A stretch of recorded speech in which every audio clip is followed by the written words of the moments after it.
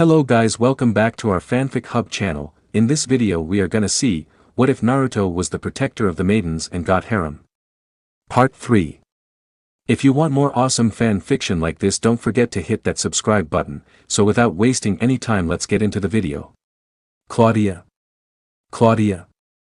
Celestine spoke, uttering the name of her loyal bodyguard who seemed to be currently trapped in a stupor of shock and rage. The goddess hated seeing her friend like this. Normally her faithful guardian was calm and level-headed, but now, it seemed like she was on the verge of having some sort of breakdown. She cupped the brown-haired woman's cheeks in her hands, which seemed to pull the Valkyrie back to reality. The Valkyrie's anger slowly melted away as she muttered, "I am sorry, Celestine-sama. I lost myself to my anger. It feels like everything is starting to fall apart. I understand.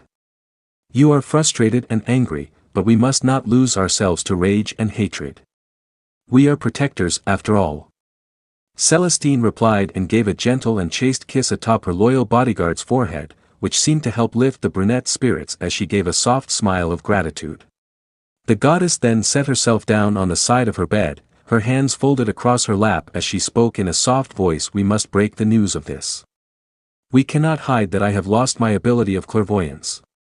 Hearing this, the Valkyrie almost panicked yet again and quickly spoke, "No. We must not tell anyone. If we reveal this, the people's faith will be shaken to the core. There could be mass panic, riots, we could lose support amongst the people, it could embolden the Legion to attack us more aggressively." Celestine simply closed her eyes. While she was still afraid that she had lost her powers of foresight, there were far greater concerns at hand. She then spoke in a patient voice, "Yes. It could shake the people's faith. However, if we hide the truth, then we could lose something more important, their trust. The people trust us, they trust me, to guide them and protect them towards an era of peace. How can I do this if they do not trust me?" Claudia frowned as she ran a gloved hand through her hair and then spoke, "At the very least, let's not say anything right away. Please. Give me some time. I'll find a way to break this curse that Olga and her forge master placed upon you. Maybe Kaguya can help. She saved you before from the poison, maybe she can help restore your foresight as well. You think that the Dark Queen and her general are behind this?" "Why?" the High Elf questioned, earning a confused look from her guardian. "Why not them? Who else could or would do this to you?" The Valkyrie asked. Just what was Celestine getting at? "First Olga-san loses her magical abilities, which I saw in my visions. Then I was poisoned and lost my own abilities. Additionally, the people came to us for help so that we may address these robberies." "Claudia, something is wrong. Something is very wrong here. Even without my clairvoyance, I can sense it." The goddess spoke as she stared at her lap. "Sense what?" her guardian asked, but instead of verbally answering, the High Elf only shook her head sadly. "Go home tonight, Claudia. Be with your husband. I must meditate on these events." The elf spoke dismissively, which confused her bodyguard. "Celestine-sama?" Claudia asked, wondering what was going through the goddess' mind. Meditate on what? Her lack of visions? The war? Something else? "In the morning, I want you to continue investigating these robberies. The people must be protected. They are counting on us to keep them safe." The buxom goddess ordered, earning a slow nod from the Valkyrie. Taking her leave, Claudia decided to head home for the night as her charge had ordered her to do. Perhaps a good night's sleep will bring some clarity. Meanwhile, First Fortress. The masquerade ball was back in full swing as music played and the guests seemed to be enjoying themselves once more. Almost as if they had magically forgotten the events that happened not so long ago. Perhaps they felt that so long as they weren't in danger, they had nothing to worry about. Naruto smirked as he lifted his mask up to sip some punch and noted that both Alicia and Prim seemed to be distracted. The former still seemed rattled by what had transpired earlier in discovering that slavery was happening within the walls of her fortress, while the latter seemed to be in a dreamy daze while tracing a finger along her lips. He pulled his mask back down into place and made his way towards them with a small swagger. As he approached, he heard the blonde princess speak to her cousin Prim-chan. "What are you doing?"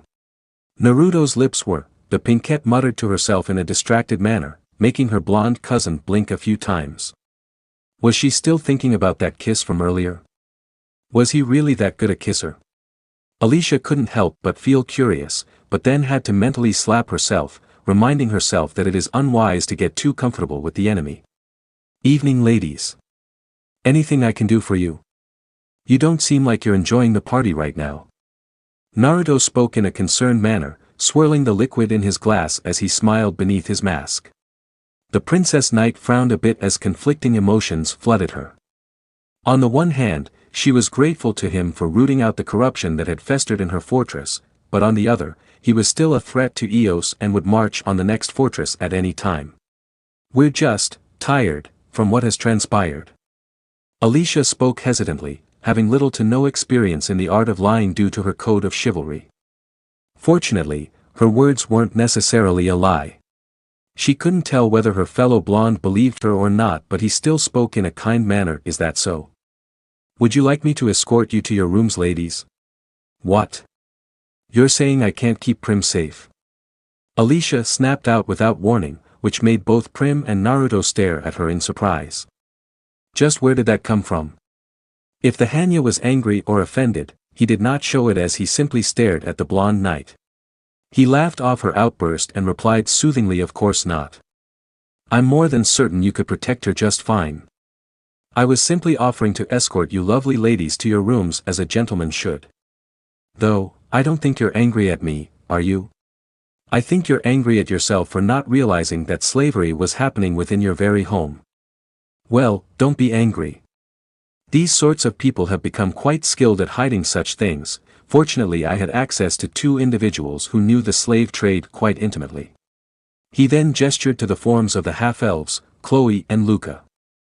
The former standing next to her queen with her hands clasped behind her back, and the latter was watching her master from afar, a strange little smile on her face that reminded the princesses of a cat about to pounce on its prey.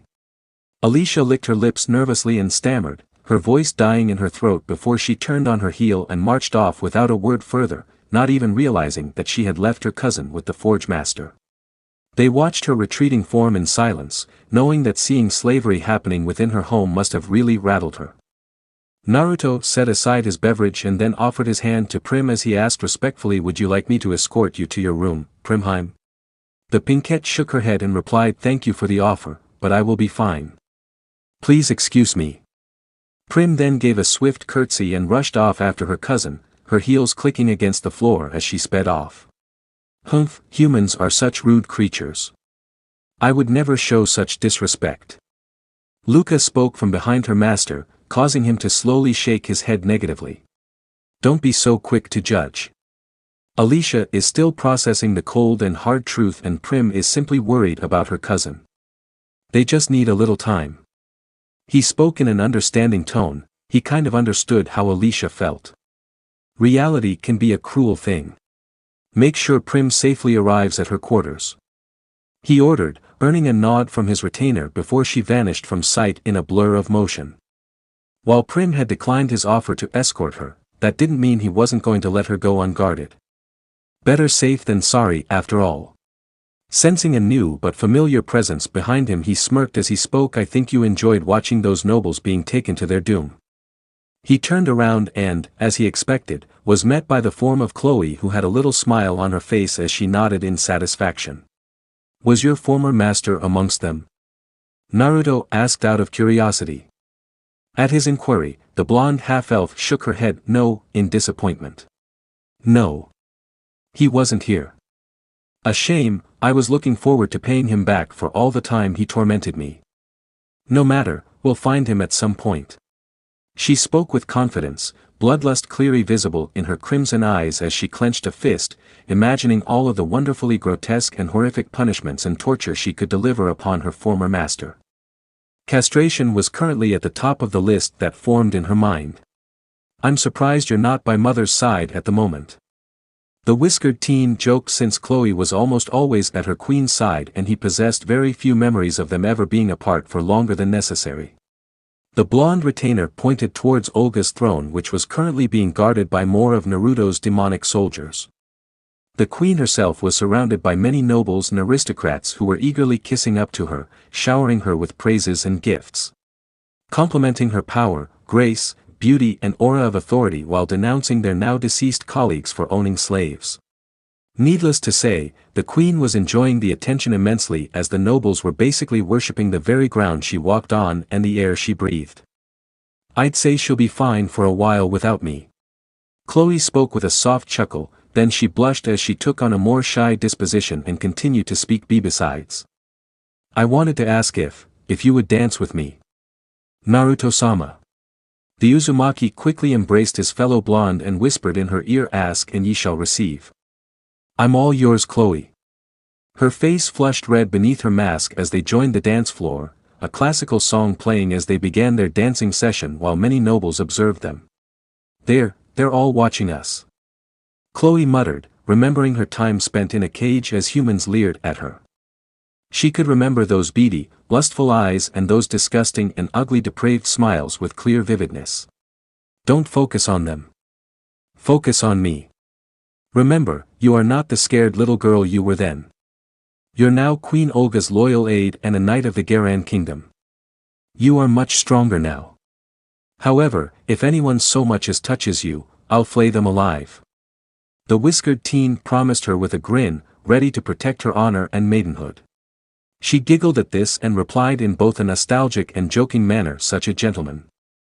I remember when you were a loud and obnoxious little thing with some moth-eaten rags for clothes.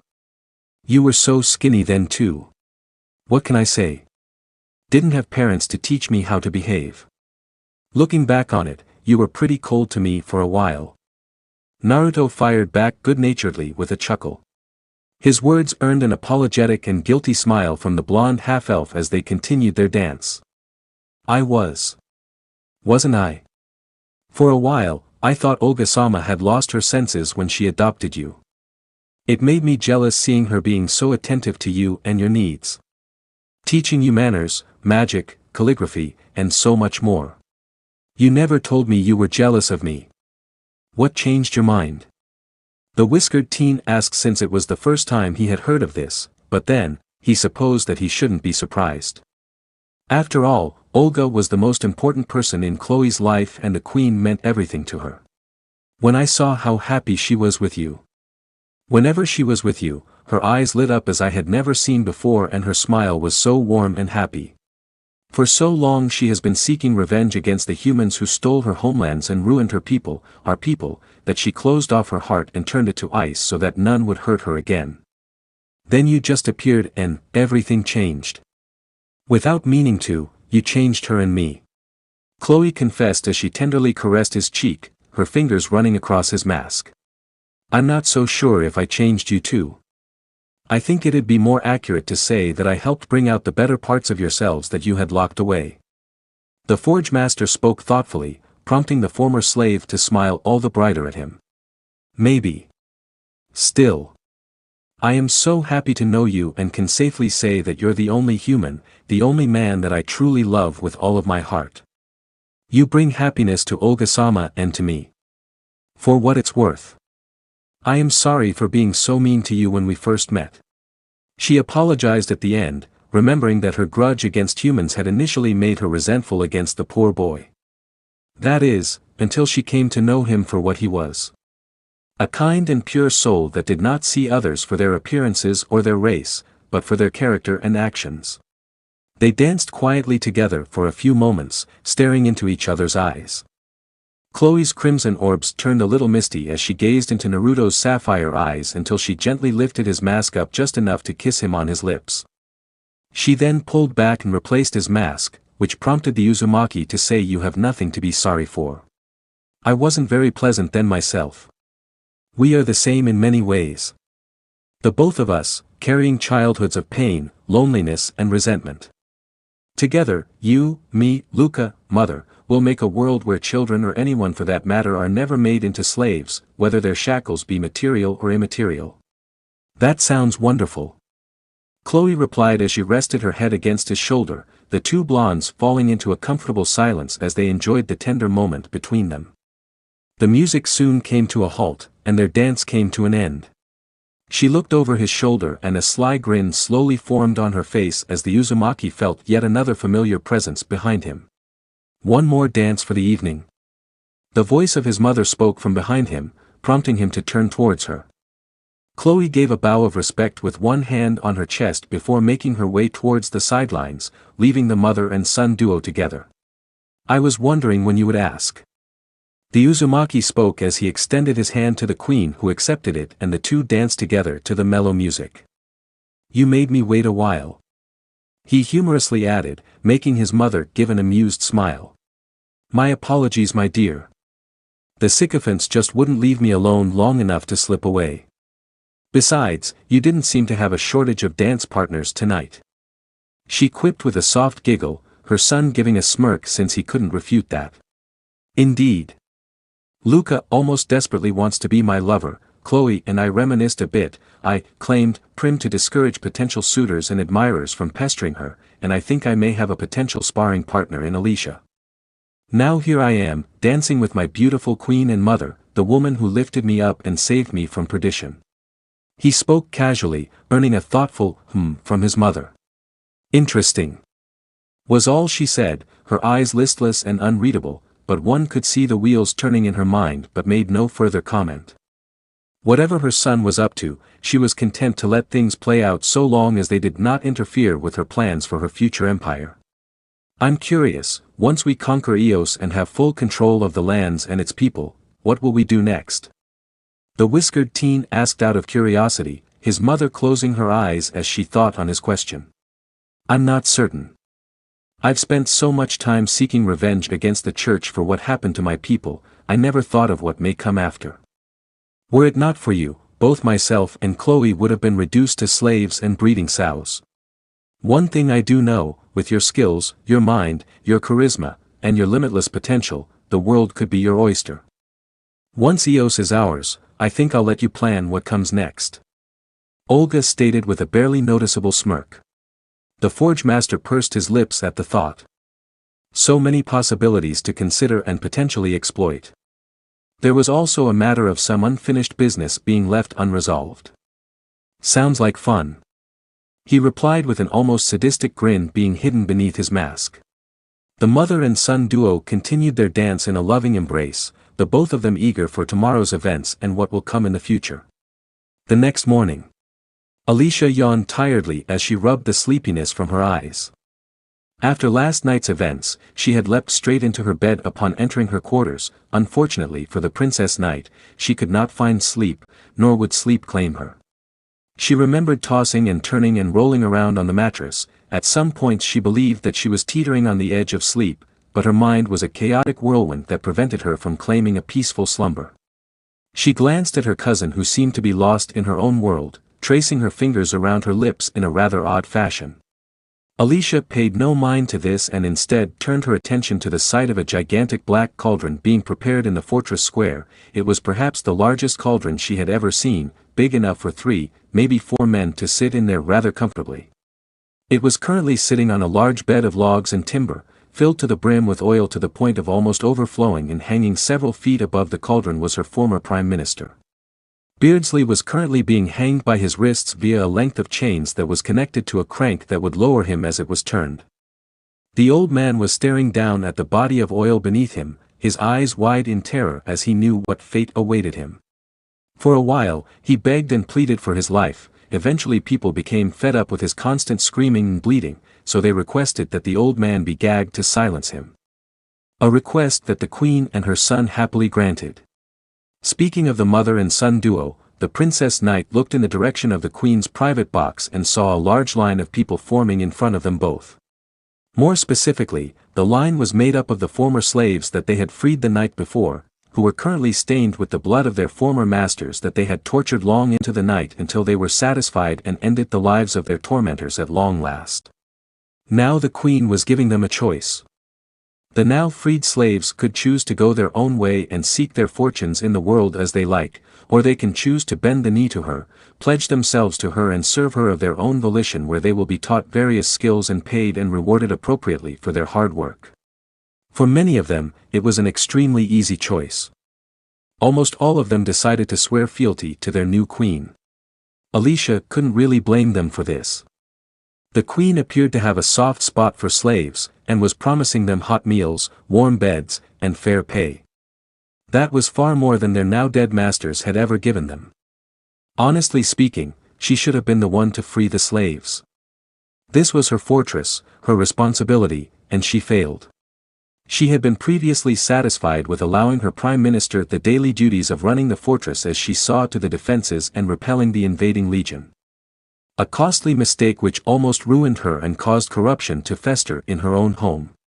Her musing was broken when a soft hand took her own, prompting her to look and see her beloved cousin was softly smiling at her and spoke. "Please Alicia-chan, stop tormenting yourself over this. It was not your fault. But it is. If I had been more dutiful, more attentive, maybe I..." The blonde knight argued, but was cut off by the sounds of trumpets which immediately caught the attention of everyone present, nobility and commoners alike, who all turned towards the queen's private box. "Today, we are here to execute a detestable waste of life. Your former prime minister. Found guilty and sentenced for his crimes by your princess knight Alicia. Princess Alicia, as the one who passed the sentence, are you willing to execute it?" The queen asked at the end, her eyes seemingly piercing through the blonde knight. Alicia swallowed and stood tall, her fists clenching as she glared at the pathetic form of Beardsley, who was still letting out muffled pleas for mercy, tears and snot flowing like a waterfall down his face. What a pathetic human being. To think there was a time she considered him a dependable ally and confidant. How wrong she was. "I am," Alicia stated, eager to have this business over and done with and erase this piece of human filth from existence. Pretty soon, Beardsley would be nothing more than a bad memory, and eventually a forgotten one. In the background, Prim pursed her lips slightly, her eyes tearing up a bit. Being burned alive in oil. What a cruel, painful and awful way to die. Normally, Alicia would have sentenced a criminal to death by beheading, but this was different, because this time, it was personal for her. While Prim hated violence and death, she still wanted to be here to support poor Alicia. Goddess knows how much she was hurting right now, how much pain she was now in. She doubted that killing Beardsley would heal Alicia's heart, but it might bring her some peace of mind. Naruto descended from the queen's box, his young retainer in tow, as they and Alicia approached the crank that would inevitably lower the squealing pig of a man into the oil. He held out his hand expectantly, prompting Luca to hand him a wineskin, which he then in turn presented to the princess knight herself. "Some liquid courage?" he asked while offering the alcoholic beverage. The blonde princess had to prevent herself from snatching it from his hands as she accepted it, and then began to eagerly gulp down the liquid contents. "You ever kill before?" Naruto asked with a blank expression, prompting Alicia to briefly nod as she continued guzzling down the wine greedily. "Ever kill another human before?" he asked further. This time the blonde knight took one last long gulp of wine before letting out a satisfied sigh and replied to him sadly, "No. Never a human before. Always monsters." At her admission, the Uzumaki slowly nodded and stated, "I see. Well, one thing I have to say about the monsters of the Legion, prior to me destroying their minds, they never bothered hiding their nature, however loathsome and disgusting they were. Humans though. Different story. Humans always hide their true selves, hiding darkness and vileness that is more corrupt and twisted than even the most depraved of beasts and devils." Naruto paused for a brief moment as he summoned his signature Hanya mask in his hand, staring at it thoughtfully. "Your Hanya mask, what does it mean to you?" Alicia asked, wondering why he wore it both to battle and at the ball the previous night. He seemed quite fond of the Hanya motif. "We all wear masks, Alicia Heim. Sometimes to hide things, or to protect things. Me? In my case, this mask is a representation of my inner nature. Of my grudge. Something that I do not wish to hide, but to show to the world. Unlike most. I have nothing to hide." He responded proudly, his mask disappearing in a black wisp of smoke while his loyal retainer gave a knowing smirk behind him. What grudge? Against who? Alicia asked while tilting her head to the side. The whiskered teen stared at her for a few long moments, then snapped his fingers, setting the logs beneath the large cauldron on fire. Black smoke billowed out, rising up in the air, some of it being inhaled by Beardsley, making him cough and sputter, his body starting to sweat as he saw little bubbles already beginning to form in the oil below him. Whenever you're ready. Naruto stated as he returned towards the queen's box and sat at her side with his retainer staying beside him the whole time and filled a goblet of wine for him, which he took a long sip from as he and the dark elves all watched the princess knight expectantly. Alicia swallowed a thick lump in her throat, her face flushed from the alcohol and the burning heat from the blazing logs. She placed her hands on the crank and clenched her eyes shut. As she had stated before, she had never killed another human before, but this was different. She had a duty to perform. She had to punish Beardsley for his crimes. She had to set an example. She had to show that there were consequences for one's crimes. This wasn't just about her or Beardsley's betrayal. There is no point to laws if they cannot or will not be enforced. This had to be done. She slowly turned towards the black cauldron, seeing the oil boiling as bubbles rapidly formed and popped along the oil's surface. She then grit her teeth and began slowly turning the crank. Little by little, inch by inch, her former minister slowly descended down towards what would be his doom. As he got closer and closer to the bubbling oil, Beardsley's cries became louder and more desperate and more shrill to the point that it sounded like a banshee was wailing and weeping. It seemed almost a miracle that his screams hadn't torn his vocal cords apart, or he hadn't accidentally swallowed and suffocated on the gag in his mouth. Beardsley lifted his legs up, as high as they would go, which wasn't very high given his age and lack of agility. Alicia glared at her former minister one last time, taking note that his toes were now but a few inches away from the boiling surface. She then hucked back a huge glob of saliva and spat at him with enough force that it successfully landed on the side of his face. She then began turning the crank more aggressively, which almost dropped the old man into the oil as he rapidly descended inside the cauldron. If Beardsley was screaming loudly before, he managed to reach a new level of volume as his screams of pain echoed across the square and throughout the fortress. Even the birds perched on the ramparts flew off in a panic upon hearing the noises of his blood-curdling cries. Many people were forced to cover their ears in an attempt to preserve their hearing, collectively thinking that it didn't seem possible for an old man to scream so loudly. In the queen's private box, the dark elves watched impassively, with the exclusion of Luca, who seemed to have a sadistic smile of satisfaction on her face at seeing a human being boiled alive, more specifically a human that wanted to rape a female. Chloe seemed to share in this sense of relief, though she schooled her features and retained an aloof facade, though if one looked close enough, one could see a ghost of a smile that made her lips twitch slightly. Naruto for his part was thinking about a certain howler monkey he encountered years ago in Konoha due to Beardsley's screeching. The similarity of that screaming almost perturbed him. Almost. He shoved those thoughts aside and watched the execution continue. It wasn't long before Beardsley's flesh began to redden and blister, his body writhing and contorting in pain as he thrashed around in the cauldron, trying to escape his own execution. However, his feet weren't touching the bottom, nor could he find any purchase to help him get out of the cauldron. All he really succeeded in doing was making some oil splash against the sides of the cauldron and on the ground. The smell of burning flesh filled the air, making a number of observers feel sick and cover their mouths. Even Prim covered her mouth in horror as she bore witness to her first execution. She had always been sheltered by her father and lived in a tiny little world of parties, balls, and the occasional courting. Never before had she seen a man be put to death before, much less by means of boiling, yet here she was. She focused her eyes on her cousin who was staring at the former minister with a cold and grim expression. Eventually, Beardsley's cries died in his throat and his struggles soon ceased as his insides were roasted and scalded by the boiling oil, until eventually all he could do was twitch uncontrollably. Blood began pouring from his eyes, his nostrils, his ears and mouth until finally he stopped moving entirely. Once he had expired, Alicia turned the crank a few more times, allowing his body to sink into the boiling cauldron once and for all. It was done now.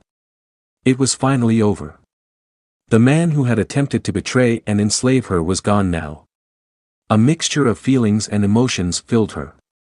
On the one hand, she was glad that the traitor was gone and had been appropriately punished for his crimes. She was free of him now.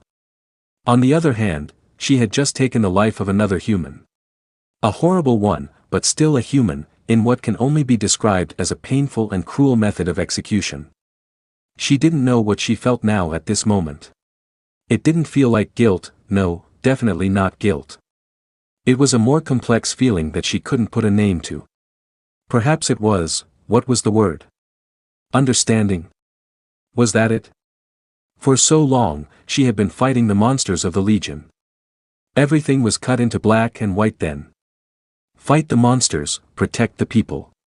Simple. Now, things were getting more complex and far more gray.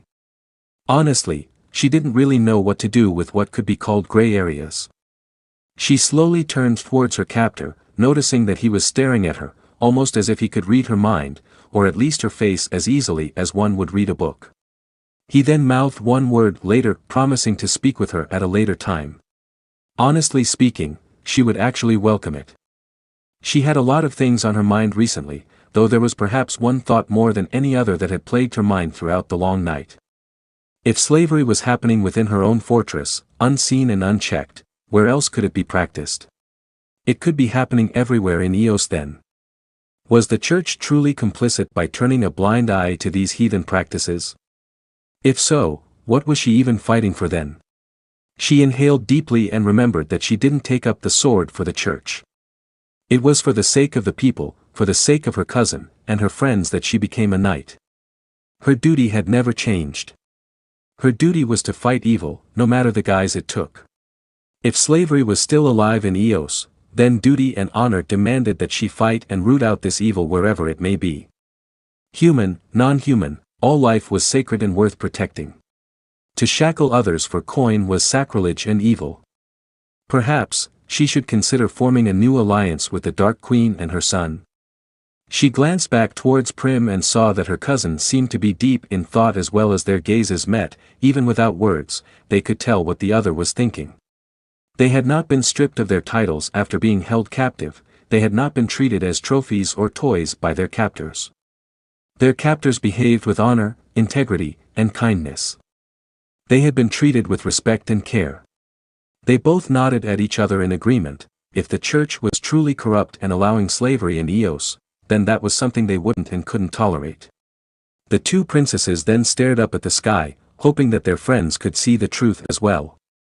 However, they also were deeply concerned for their friend Celestine, the current icon and goddess of the church. What would happen to her if she found out the truth? Would the church turn on her? Take her as a hostage? That was a very disturbing thought. Celestine was a pure and good person. She never saw herself as above others because of her high elf or goddess status, and she always fostered and cared for lost, abandoned or orphan children. If she knew the truth, there was no doubt she would be appalled and would see the cruel practices of slavery ended. For now though, it was time to talk of the prospect of an alliance. Later, just as Naruto promised. Yes. Later. Meanwhile. White Citadel. Celestine sat in her meditation chambers, sitting in a lotus position on a large, plush and comfy cushion. Her face was calm and serene as she slowly opened her eyes. Something has changed. She muttered quietly, she wasn't sure what, but she was certain that the threads of fate had been plucked somehow or other. Even without her visions, she still possessed strong magic and could still sense things. Something was happening in the first fortress, she wasn't sure what, but something of great significance had happened, though she wasn't sure what. Whatever it was, she was certain that either the Dark Queen or her mysterious Forge Master was a part of it. She closed her eyes to resume her meditation, trying to get a feel of what may be occurring in Eos. She sensed a sweeping darkness, a corruption throughout the realm, there was great evil afoot, and it seemed to be coming from everywhere, from all around, though she could not pinpoint the origin. Still, this was perturbing. The strength of evil was growing, there was no doubt of this, and worse, the people would undoubtedly suffer for it. She heard the doors of her meditation chambers opening, breaking her from her musings as she opened her eyes and turned to see Klaus, Claudia's husband, enter inside, his arms filled with a large number of books and tomes that he seemed to be struggling a little with. Celestine Sama. Apologies for interrupting, but I believe this may be urgent. He called out as he rushed towards the goddess herself, which caused him to stumble and fall to the floor, causing his books to hit the marble with a loud thud and slide across the room. Celestine rose to her feet and helped collect the fallen books as she asked him, "What is it, Klaus? What's wrong?" The scholar got up from the floor and adjusted his glasses and then used his forearm to wipe some of the sweat off his head as he breathed heavily. Evidently he had been running for some time now. After catching his breath, Klaus began to speak. "I have been helping Claudia with her investigation and noticed some strange things. We first did an inventory of the church armory to see if any equipment had been stolen by the imposters posing as church soldiers. All armor, gear and weapons were accounted for and no reports of stolen items had ever been made." At this news, the goddess let out a soft gasp as she muttered, "If nothing is stolen, then that strongly implies that church soldiers are indeed extorting and robbing people." Klaus nodded his head and then produced another book, one that was used to keep a record of the church finances. Why would he have that? After finding out that church soldiers may be stealing coin, I began checking through church finances to see how far this corruption went and see what else had been potentially stolen. I then found evidence of certain discrepancies. Records of tithes and large sums of coin being given to the church, all by unnamed donors. What's even stranger is that these donations are all being handled by a select group of bishops, and these donations have been going on for years. Klaus explained, pointing to a series of names that repeatedly appeared in the ledger. Bribery, maybe? But for what? Celestine muttered thoughtfully, recognizing the names of the bishops. All of them being quite influential and have been in power within the church for many, many years. Something wasn't right. I'm not sure. I need to dig deeper. Klaus muttered as he adjusted his glasses, rapidly flipping through the pages. Celestine pursed her lips, knowing that greed was almost always the root cause of corruption, and where corruption festered, bad things always followed. If the upper echelons of the church were indeed corrupt and also allowing their soldiers to rob the people, then, wait. This can't be a coincidence. Celestine muttered, her blood running cold upon coming to a sudden realization. Her bishops, her advisors, had pushed for her to send Vult and his Kuroinu to capture the Dark Queen upon learning that Olga would lose her powers. Now she has lost her own powers of clairvoyance as well. This proves that these events are connected.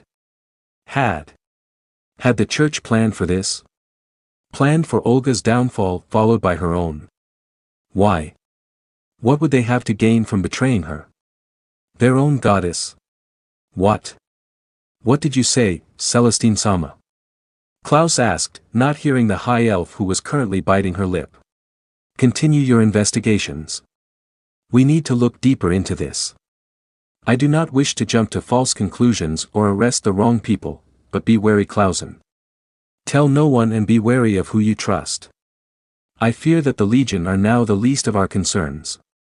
She ordered, causing the scholar to bow deeply and nod in understanding before departing as he collected the remaining books and ran off with all haste. However, he forgot the book that had the records and inventory of the church armory.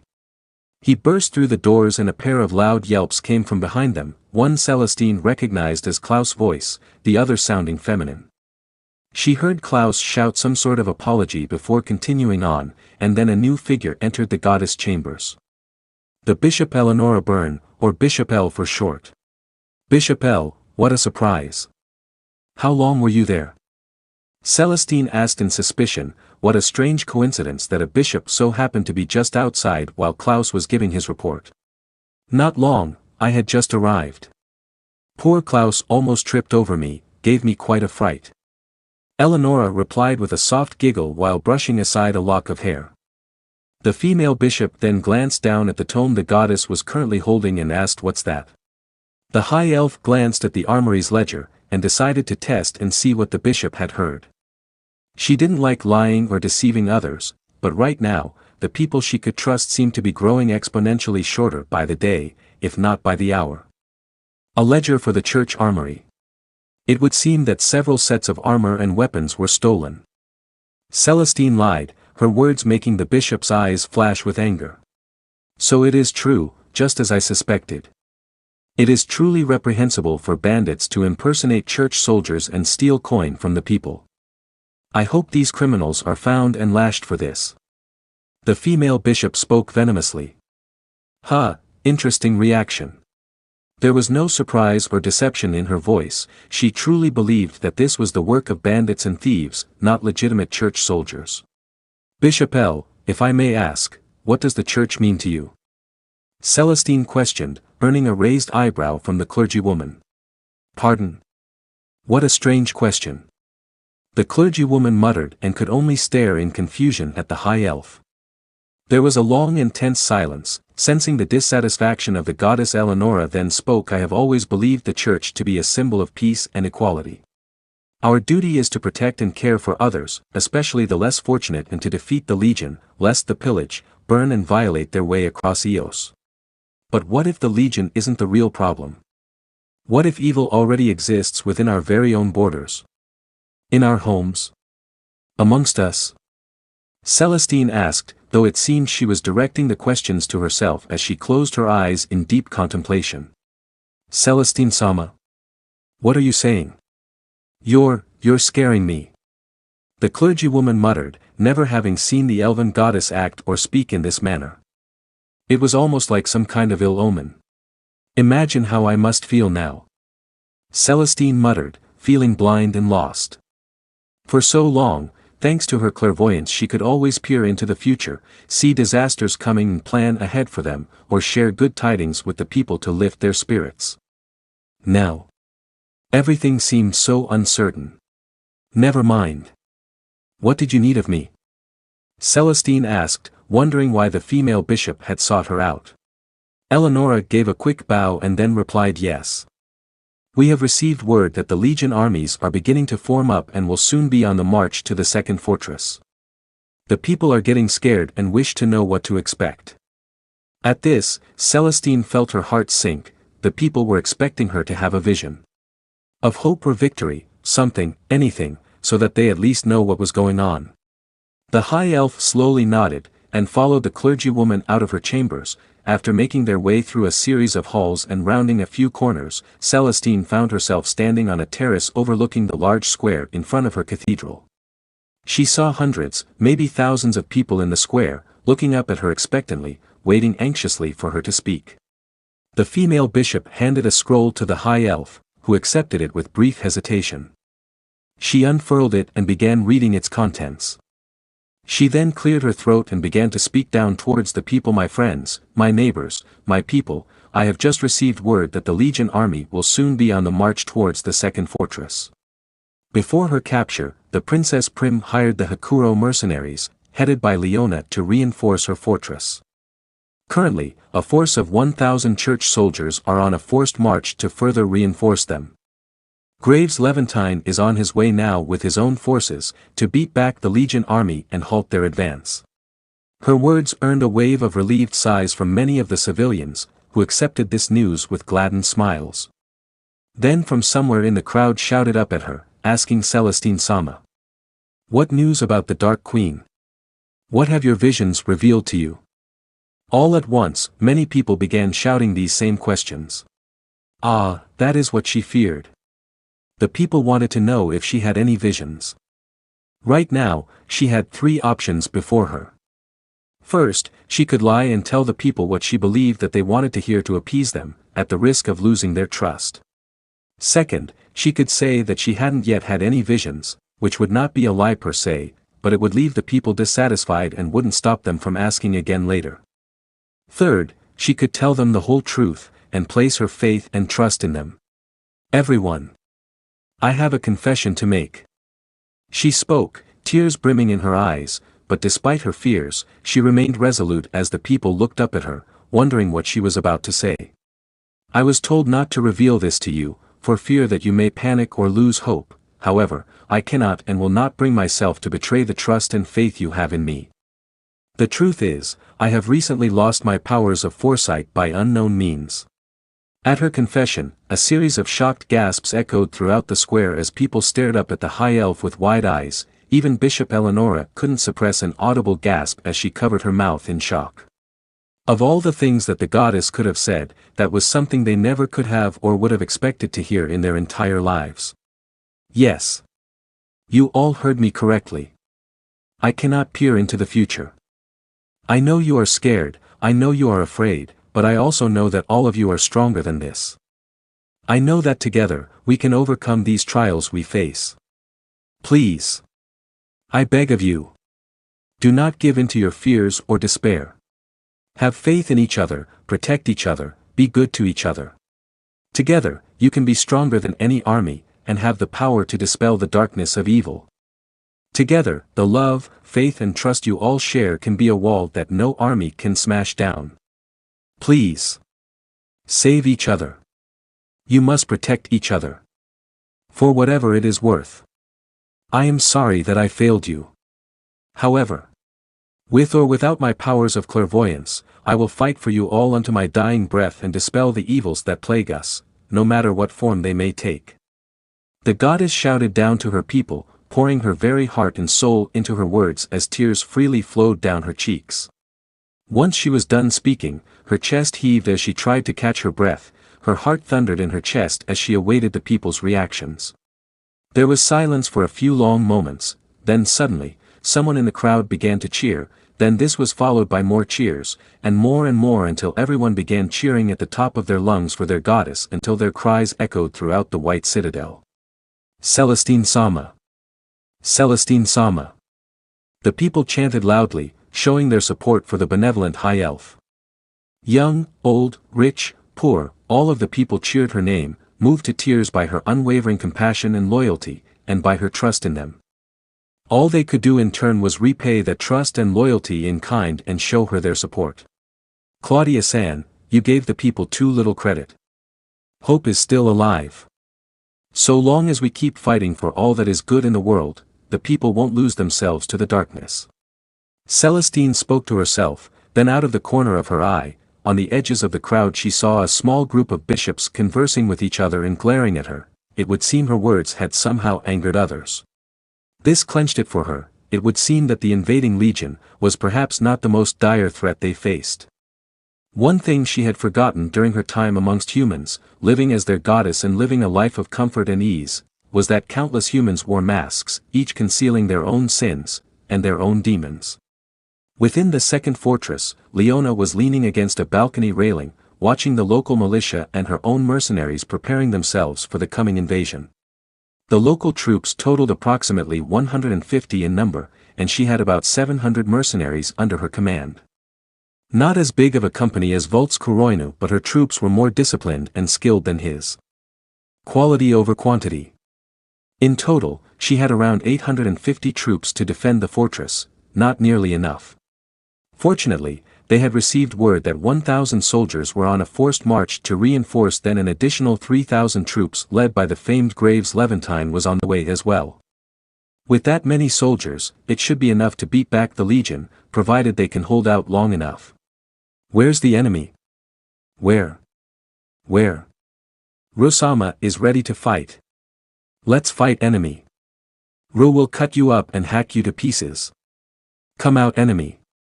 Roro is ready for you all. Ro will fight you and free Prim-chan and Alicia-chan. The halfling shouted out, eagerly awaiting the arrival of the legion. Let's hope they don't arrive too soon. We are not fully prepared yet, and some of the defenses haven't been maintained properly in some time. The beast woman spoke with a slight grumble of annoyance, glaring at a nearby nobleman with pink hair who was sobbing and crying like an infant. Wawa-ewa. Prithithiam. Those monsters. How dare they violate you? The man known as Lord Fireire wailed, a waterfall of tears and snot running down his face as he clutched a crystal ball in his hands. Within the ball was an image of the enemy general who was kissing a shocked Princess Prim. Apparently Lord Fireire often used his crystal ball to observe his daughter's comings and goings at all times when she was away. In Leona's mind, this was both an act of paranoia and an invasion of privacy, though in this instance, perhaps his caution was warranted. Though for some odd reason, the pink-haired nobleman had remained fixated on that single moment instead of using his crystal ball to gather further information. "Oh Prim. That devil. He took you into his bed and forced himself on you, didn't he? He ruined you. My dear sweet Prim. Why did you have to go?" Lord Fire continued crying out and weeping. Leona was certain that if this lord had a proper army, he would have marched straight to the first fortress himself, which would have been admirable but more than likely would have ended in his death. However, this strange obsession he had with his daughter didn't seem healthy. "Gur, damn that Hanya. Rosama will bite him. Ro will bite him a lot and he will hate it." Roro screeched at the top of her lungs, causing a set of windows and a mirror to crack and then shatter. The wolf woman then sighed as she pinched the bridge of her nose. This was going to be a long mission and she wasn't sure how much longer she could keep the fiery halfling's temper in check. Not to mention Lord Fire was almost literally falling apart. A small part of the mercenary leader wanted the Legion army to arrive so that she may get this fight over with, but another part was dreading their arrival. If they attempted to use the princesses as hostages, then the situation could go from bad to worse very quickly. Meanwhile, First Fortress. "How long until you are ready to march?" Olga questioned as she reclined in her seat as she, her son, and their retainers had afternoon tea out in a garden area. It was such a beautiful day, and the queen could hardly remember a time she had simply sat down and had an enjoyable meal while surrounded by flowers. "Not long. A few hours." Naruto replied as he poured himself a cup of tea and sipped at the contents, drumming his fingers on the table, which caught his mother's attention. "Something on your mind?" His mother asked him, wondering what was causing him such distress, although she had a pretty good idea of what it was. The whiskered teen frowned and sipped his tea again as he replied the first fortress was easy. "Settled things with a one-on-one duel. The others? I doubt it will be as easy. I think what concerns me most is the loss of life that may be inflicted." At his words, the dark elves all gave saddened expressions while his mother spoke gently. "You put too much pressure on yourself. Try as you might, you cannot save everyone. Focus on saving as many as you can, but don't tear yourself apart trying to rescue them all. It just isn't possible." "Yeah." Naruto muttered as he picked up a buttered scone and took a bite from it, reluctantly acknowledging his mother was right. He didn't like it, but he supposed that it was inevitable there may be loss of innocent lives. Things were going to get worse before they got better, and the church will become more aggressive and desperate as the Garan kingdom continues their invasion and expansion. Hopefully he could at least keep such losses to a minimum if at all possible. His musing was broken upon seeing the forms of the princesses approaching with Alicia marching towards them with a determined look on her face and Prim desperately trying to keep up with her cousin's rapid pace. The blonde knight crossed her arms beneath her bust and then spoke gruffly, "You promised we could talk later. Now it is later." In the background, the two half-elf retainers seemed to be whispering to each other about something while the Dark Queen had a sly smile on her face that she hid behind a cup of tea. The Uzumaki leaned back a bit as he laced his fingers together and replied, "So it is.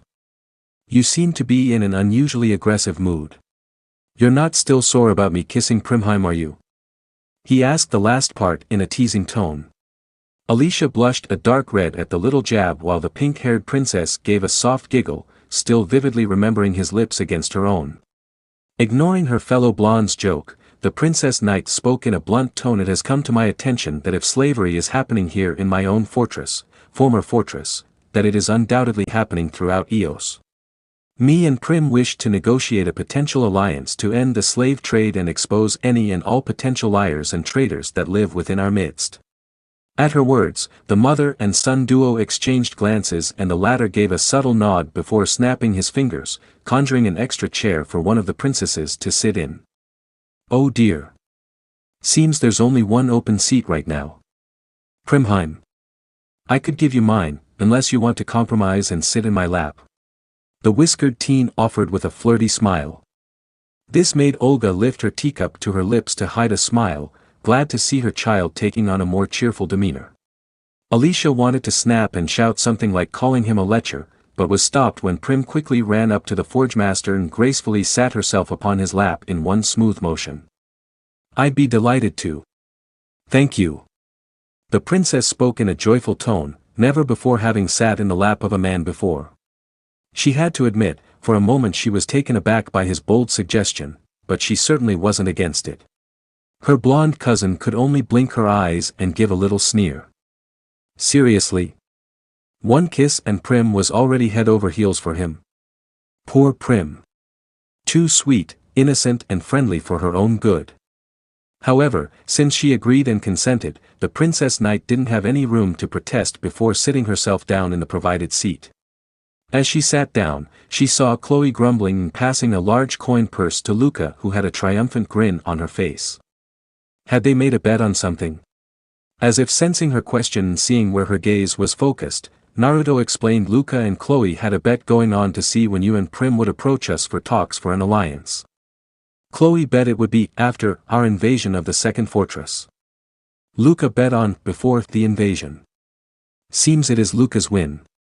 The Uzumaki then picked up a piece of toast that was smothered in a red-colored jelly and offered it to the pinkette in his lap.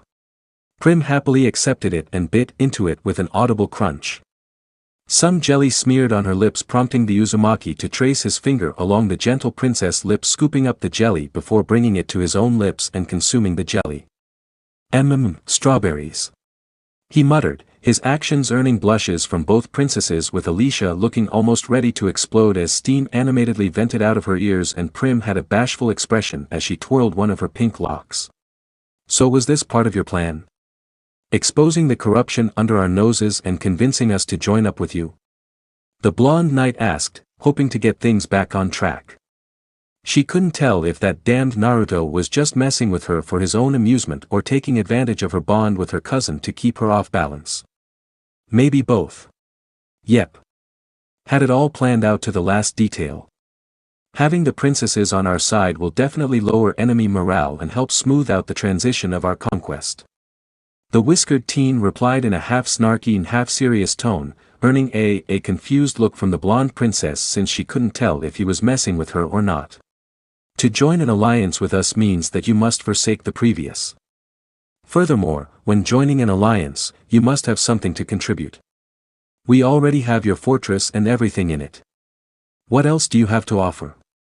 Olga asked, her eyes and expression hard as stone and as cold as ice, her tone making Alicia swallow dryly. The blonde knight tried to think of something else that she had to bargain with, but before she could speak the Dark Queen continued, I know. How about you offer your hands? At that, Naruto and Chloe had to hold in their laughter upon seeing the wide-eyed expressions the two princesses were giving. Meanwhile, in the background, Luca was glaring heatedly at the human princesses while almost frothing at the mouth. Hands. Alicia muttered almost brokenly, the words reverberating in her ears. Was the queen really saying? Yes. Your hands. In marriage to my son, more specifically. A simple matter to cement your loyalty to us and ensure my child's bloodline continues. I am looking forward to meeting my future grandchildren. Olga clarified, her words making the two princesses pale. Was she being serious right now? Did they really have to marry Naruto? Neither of the princesses could speak until the Uzumaki himself piped in, "Mother. Please don't torture the poor princesses like that." At his words, the icy demeanor of the queen shattered as she broke into a peal of melodious laughter. Ha ha ha. I am so sorry, my dears, but the looks on your faces was priceless. The queen spoke in between fits of laughter, causing Alicia to faceplant on the table, while Prim had a large sweat drop on her forehead upon realizing the Dark Queen was simply teasing them. That was actually kind of a cruel joke. It would seem Naruto-sama's penchant for pranks and jokes has rubbed off on Olga-sama. Chloe muttered, unsure if she should approve or disapprove of this, but she was leaning towards the former given how happy her queen appeared to be. Trying to get the subject of an alliance back on track, Naruto spoke. You both have first-hand knowledge and intelligence on the other princesses we can use. Their strengths, weaknesses and habits. Stuff we can use to subdue them quickly if push comes to shove and help avoid needless violence. The two princesses pondered his words, since that was a valid request. While they didn't wish to betray or sell out their friends, if the fighting went on for too long, innocents would most definitely get hurt. Can we really trust these humans? They're servants of the church and yet they are already thinking of forming an alliance with us. Who's to say they won't try and backstab us later? Luca spoke with a little sneer. Although some of her bias towards humans was obviously showing, she still made a solid point. Alicia cleared her throat and spoke as calmly as possible, still a little rattled from the joke marriage proposal. Officially speaking, we are not part of the church per se. We merely formed an alliance with Celestine Sama herself, who is affiliated with them. We all formed the Seven Shields Alliance to fight against the Legion and protect ourselves. However, circumstances have drastically changed. As a knight, my duty is to protect the people first and foremost. I have no obligations to the church barring the protection of innocent lives. If the church is truly as corrupt as you claim, with recent evidence strongly supporting your claims, then I have no choice but to turn my sword against the church and all slavers in Eos and save those who are being held in these underground slave markets. If you wish for proof of loyalty, then I shall show it by deeds. Not words or half-hearted gifts. The mother and son duo exchanged brief glances once again, and once again the latter gave a subtle nod. Very well then, Alicia Arcturus. My son has been in need of capable officers to help lead his army. To test your loyalty to our cause, we shall give you a battalion of demons to command, and you shall fly our banner in support of our cause. The queen stated and snapped her fingers, prompting the two retainers to pull out a small chest and reach inside as they unfurled the new banner of the Legion. The banner had a dark purple base color, with a black trim. A Hanya mask was in the center of the banner, surrounded by thorns adorned with black roses blooming. Both beautiful and intimidating at the same time. I accept. I wanted to join you anyway, if only to ensure that bloodshed is avoided. Alicia spoke with a small sigh, having mixed feelings of commanding demons. On a more positive note, it would be much easier sending faceless demons into battle than her friends and loyal troops. O ye of little faith! By the way, the proposal of marriage is still very much open. Olga added with a small smirk, causing Alicia to blush and inhale deeply as she tried to calm her heart. She was most definitely not ready for marriage. Meanwhile, Prim's eyes seemed a bit unfocused, as if she were in a deep trance. Possibly fantasizing about such a scenario. Get a grip, Prim. You only danced and kissed once. You shouldn't be thinking about marrying him. Alicia mentally screamed, almost begging for all of this teasing and torture to stop before she lost her mind. The Pinkette finally seemed to break out of her daydreams and spoke. If it pleases you, I would take on the role of diplomat and help with relief aid. I am not a fighter like my cousin, but I can say without ego that I am very popular amongst the people, and for some reason many find it difficult to say no to me. With a cute face like yours and tender-hearted nature, I'm not surprised. Naruto spoke in a flirtatious tone, causing the gentle princess to blush yet again. For some reason, Prim deeply enjoyed the Uzumaki's flirting and boldness. He never put on false airs or bravado, nor did he treat her like glass. He wasn't afraid to keep testing the boundaries, but also treated her like a lady. Very well. A friendly face will make potential dialogue significantly easier. Naruto. I shall leave these two in your care, please ensure their continued cooperation. Olga ordered as she set her cup down and got up from her seat before marching off, a mischievous twinkle in her eye as she seemed to mouth marriage once again before vanishing out of sight, her loyal retainer following close behind. Once the queen was gone, Alicia let out a deep sigh of relief as she muttered gruffly, honestly. I offer a potential alliance, and she's talking about marriage. Naruto chuckled a bit as he spoke. Must be a mother type thing. Wanting grandchildren to spoil. Still, she wasn't wrong. A political marriage is often a common affair to secure alliances. That said, I think we might be strong matches. Wait, what? The blonde princess spluttered, glancing between the whiskered teen and her cousin. In the background, Luca seemed to be sharpening a pair of knives while staring at the princesses' throats, which didn't go unnoticed by Alicia. Why is she glaring at us? The knight mentally cried out, since the half-elf's master was the one now suggesting it. You, Alicia.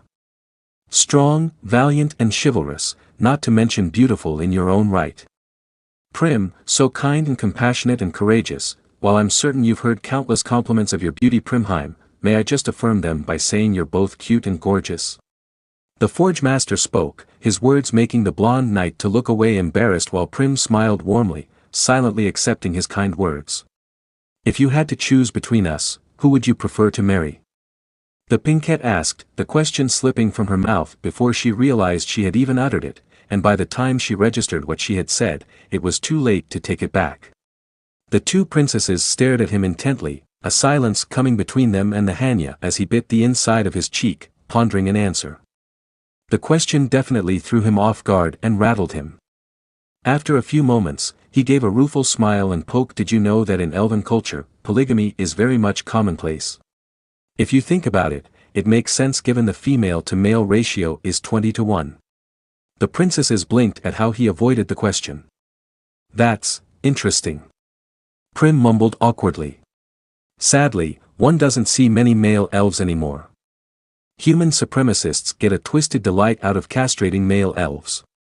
Slavers do the same thing to male slaves in general, so they don't fool around with the female slaves. Fortunately for me, I don't have to worry about losing my manhood due to my unique circumstances. Naruto rambled on, trying to distract the princesses so they wouldn't pressure him with the question of who he would rather marry. He honestly couldn't pick between the two.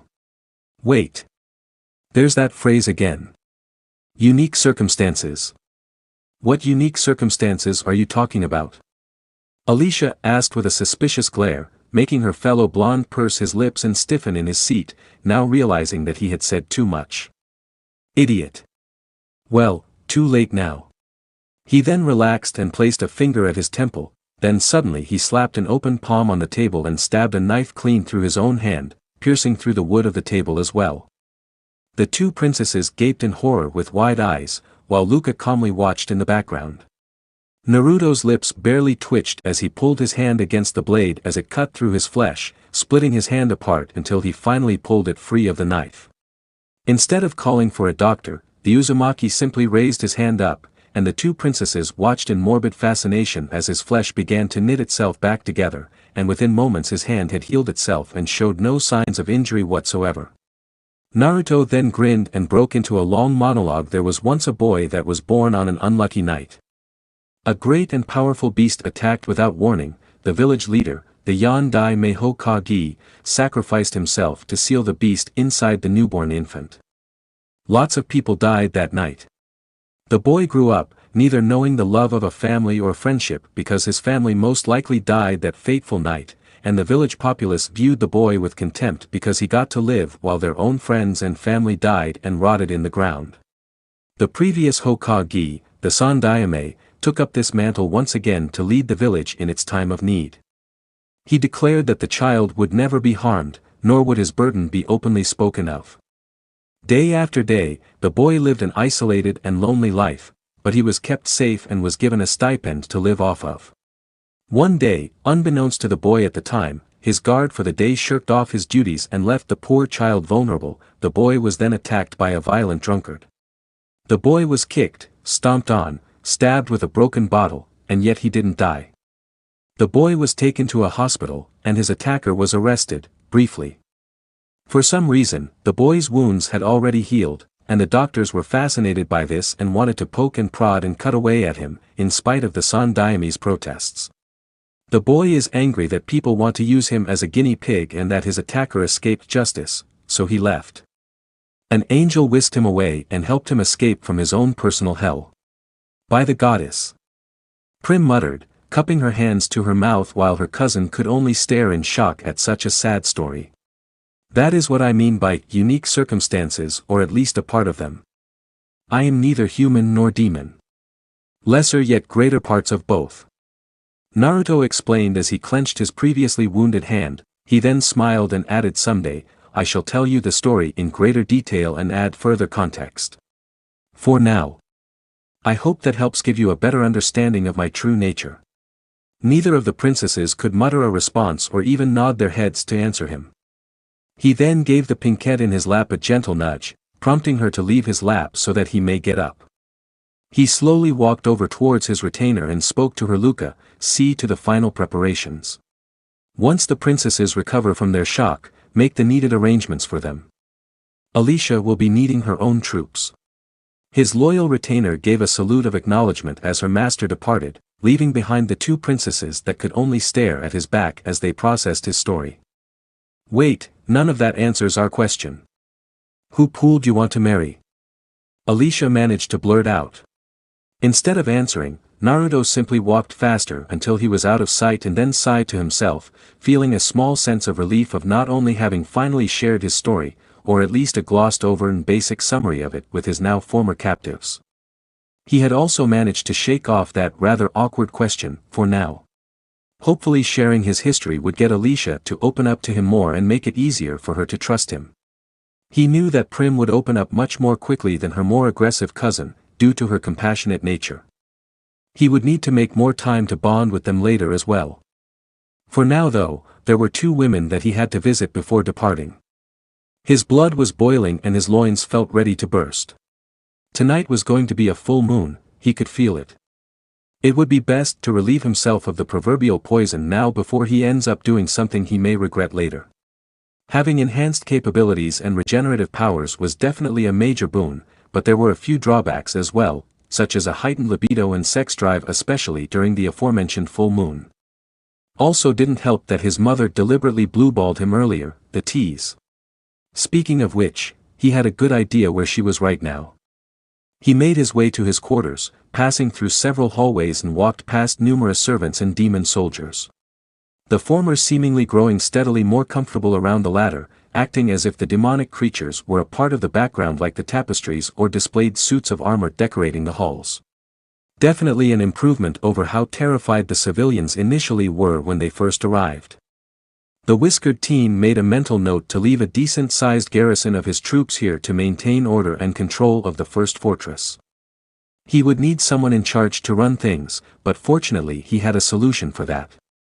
I saw nothing. I saw nothing. This was the mental mantra that both Prim and Alicia chanted to themselves, trying to forget what they had witnessed earlier. Their faces were cherry red and their posture was stiff as Alicia sat upon her own personal horse, while her cousin Prim was being carried in a rather ornate litter that was being held aloft by a team of demonic soldiers. Heh! You two are blushing up a storm. Why is that? Asked the form of Luca who had an impish smirk on her face. It's nothing. The two princesses quickly yelped out, making the black-haired retainer snicker a bit. Oh. Nothing. Did you see Naruto-sama plowing Olga-sama and Chloe? Did you touch yourselves and imagine it being your own bodies that were being used by Naruto-sama? Luca asked teasingly, all the while wishing that she was the one in her master's bed right now.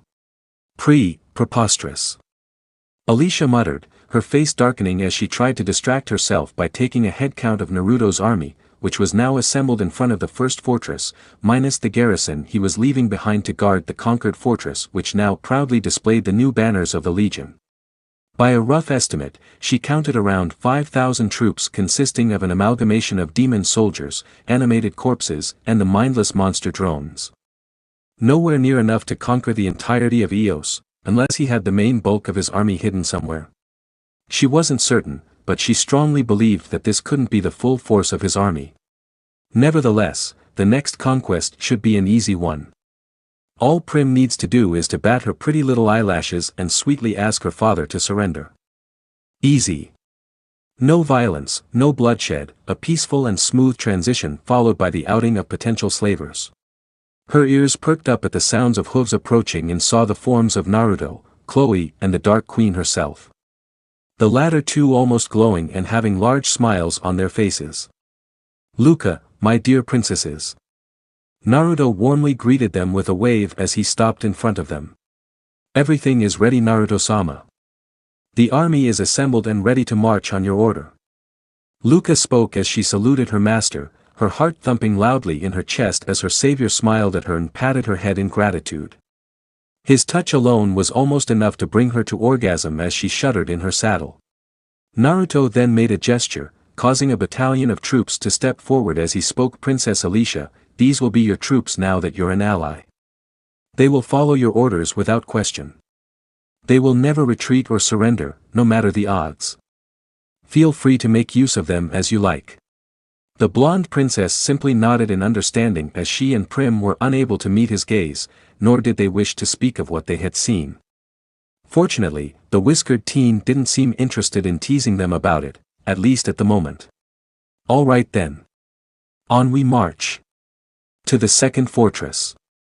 Naruto shouted, urging his horse forward and pointed in the general direction of their destination. All at once, his army began marching in lockstep. Both Olga and Chloe shared a passionate kiss with the Hanya as they bid him goodbye before turning back to the first fortress. We shall remain here for the time to stabilize things and find a trustworthy steward to leave in charge of things. Best of luck to you, my child. I look forward to hearing of your victory. Olga shouted as she and her ever-loyal retainer trotted away on their mounts, waving goodbye to the whiskered teen, to Luca, and the two princesses. Shall we begin then? The whiskered teen questioned, earning nods from his entourage.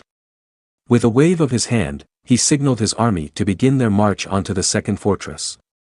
The sounds of marching footsteps was heard as his troops began making their way towards their next destination. He urged his horse to trot alongside Prim's litter and asked the Pinkette, comfortable in there? I hope it is to your liking. I was a bit concerned that you would have difficulty riding on a horse for long distances. It's very comfortable. I could sleep on this litter. Prim remarked with a smile as she felt the gentle sway of the litter being carried by her new demonic guards. She had access to plentiful soft blankets and cushions, snacks and fine wines and water. The curtains were also thick and capable of shielding her from the sun, should she wish to do so. Thank you for ensuring my cousin's comfort. Alicia spoke in a grateful tone, glad that no expense was being spared for her cousin's sake. She knew that Prim wasn't exactly suited for marching long distances. She wasn't a trained warrior like herself. It was quite endearing to see the Uzumaki dote on her a bit. Of course. If you need anything, Alicia, let me know. By the way, the offer still stands if you ever want a sparring match. Naruto spoke, earning a nod from the blonde princess. I might take you up on that offer, should the opportunity present itself. Alicia answered with a faint smirk on her face. If someone had told her a few days ago that she would be riding alongside the Legion, she would have throttled them. It was still strange to ride under their banner, but as a knight it was her duty to do what was just. Slavery was unjust, and if it was happening in her former fortress, then there was no doubt it could be everywhere in Eos, hidden within the darkness of the nation. Also, she kind of liked how Naruto treated her. He treated her with a genuine kindness and respect both as a woman and as a warrior. She then cleared her throat and asked Naruto. Your army is most impressive, but will 5,000 troops be enough to conquer Eos? She questioned him. Who said I only had 5,000? He answered back in a cryptic manner, which also confirmed that he had more troops at his command, but where were they? At his mother's capital. That would be a long march for them if he were to send for them, unless he had another means of transporting them across a large distance. Naruto wasn't a person to be underestimated, and she doubted that he hadn't accounted for this. He has some sort of plan or a trick up his sleeve. But what? I see. Well, hopefully we can avoid further bloodshed. With both myself and Prim vouching for you, it may be possible that we can avoid unnecessary slaughter. Alicia spoke with confidence since her cousin was a much beloved figure across Eos, especially in her home fortress. I certainly hope so. Unfortunately, people can be stubborn, fearful, or prideful. These things can lead to people doing stupid things, but I digress. I too hope that unneeded violence can be avoided. The Jinchuriki responded thoughtfully as he adjusted his signature Hanya mask. The blonde knight nodded in understanding as they continued on in a comfortable silence. All the while, Alicia hoped that the next conquest would be a quick and easy one. Meanwhile, the second fortress, you are. Lord Fireire, would you kindly stop snotting and crying all over the place and please use that orb of yours to help us predict the enemy's movements? Leona asked as she tapped her foot in irritation. The mercenary leader's patience was running quite thin as the lord had done nothing but cry and whine about his daughter being defiled after seeing her being kissed by the enemy general at that ball. The man had sunk into a depression and became almost despondent. Stop crying, old man. Show us how Prim and Alicia are doing or I will bite you and you will hate it. Roro threatened while slamming her palms against the Lord's desk, but he didn't seem to budge and only made sniffling noises. This isn't working. The beast woman spoke in an exasperated tone. Goddess above, she couldn't handle crybabies. The enemy could already be on the way even at this very moment. In which case, she and her troops were gonna be in big trouble. There was only so much she could do all on her own. Sighing to herself, Leona collected some parchment, a quill and an ink well and began dipping the tip of the writing utensil in the ink. She then began to write the following: To Celestine Lucross, clairvoyant and goddess of Eos, I, Leona, write to you with a desperate plea for reinforcements. My troops number less than 1,000, consisting of both my own mercenaries and yours local guards. I shall attempt to bolster my numbers with volunteers, but I fear that no matter how many take up sword or bow, it will not be enough to face the legion. If we are to hold the second fortress, you must send additional soldiers without delay. Lord Fireire has fallen into a deep depression after the capture of his daughter, essentially leaving me in charge. Nevertheless, I swear that we shall hold out as long as we can. With deepest respect, Leona, the mercenary who shall achieve victory or death. Satisfied with her letter, she neatly folded it and sealed it into an envelope, borrowing the Fireire family seal to stamp into the wax to seal it shut and make the letter appear more official. Grace. The wolf woman called out. After a few moments the sounds of footsteps could be heard rapidly approaching. A woman with dark skin, black hair and golden eyes, Juan was wearing a purple and black dress, appeared. Her head was wrapped tight with a shawl as she quickly walked up to the mercenary. She is known as Grace Campbell. She used to be an innkeeper until her business was burned to the ground a year or so ago, though it was never proven if it was simply an accident or an act of arson. She is, in truth, a dark elf like the Dark Queen Olga herself. Due to the ongoing war against the Legion, Grace has taken to wearing a shawl to hide her ears to protect herself from potential discrimination. Fortunately for her, after her inn was burnt down, Leona hired her as her personal aide. Apparently the beast woman required a bookkeeper to help keep things straight, a job that Grace was very good at. Yes, Leona. Is there something I can do for you? Are you hungry? The former innkeeper asked with a demure smile, a small blush on her face as she was eager to assist the wolf woman in any way she needed. I need you to take a horse and ride as fast as you can to deliver this to Celestine Sama. The silver-haired beast woman spoke as she gently placed the aforementioned letter into Grace's palm. Leona knew that the enemy was coming, it was as certain as the rising and setting of the sun. Also, if Grace were here during the invasion, she may end up getting killed by accident. Or worse. I understand. Just hang on until help comes. Okay. The dark elf widower requested since she had something of a crush on the beast woman. Leona never cared that she was a dark elf, and anyone who so much as looked at her wrong upon discovering her true nature, the mercenary would always defend her. Oi. Roro. I want you to go with Grace. Keep her safe. Leona requested, prompting the small dog girl to give a loud, eh? What? Roro wants to stay. The enemy has Roro's friends. Rosama is gonna fight and bite. Yes. Ro is gonna kill the enemy boss and free Prim-chan and Alicia-chan. The halfling shouted as she brandished her large battle axe and began wildly swinging it around. Much as I appreciate the enthusiasm, we can't possibly win without more reinforcements. Also, Grace is a very important person to me and will need protection. Not just from the enemy, but also those who may want to harm her or take advantage of her due to her status as a dark elf. Leona calmly explained as she crossed her arms beneath her bust. Wait. Grace-san is a dark elf? But she's so nice. She gave me milk and cookies. Roro spoke in disbelief, obviously oblivious to Grace being of the same race as the Dark Queen herself. Leona said I'm important to her. Grace thought to herself as she tried to hide a blush by clapping her hands over her cheeks. Roro then adjusted her hat and spoke, ah well. Doesn't matter to me. Grace is good. The Queen is bad. If Grace is that important to you, Ro will keep her safe. Also. You're right. We need more troops. Ro knows. Ro will bring the halfling army on the way back. Then we can all fight together. Yes.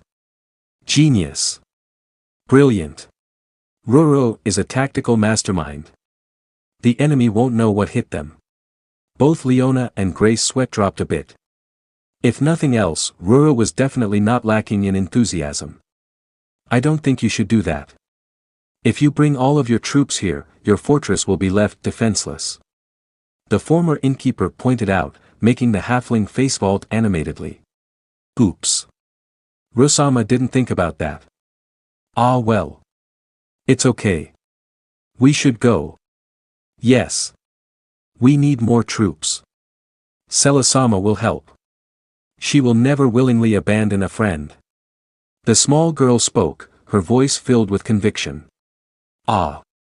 You take good care of Grace for me. She's a very reliable aide, bookkeeper and friend to me. Leona spoke with a ghost of a smirk, her words causing an animated spear to pierce clean through Grace's chest as she began to cry anime tears. She only thinks of me as a friend. The former innkeeper thought to herself with a barely contained sigh. With that said, Roro took her by the hand as they made their way towards the nearest stables, leaving Leona behind to begin her search for volunteers to defend the fortress. They were going to need all the help they could get. Elsewhere. With Naruto and company. The army of the Legion continued their march, small clouds of dust being kicked up by the various troops. Luca could be seen assessing a map in her hands, seemingly calculating how far they had to go before they reached their destination. The young dark elf nodded to herself confidently and announced good news Naruto-sama. We are making good time.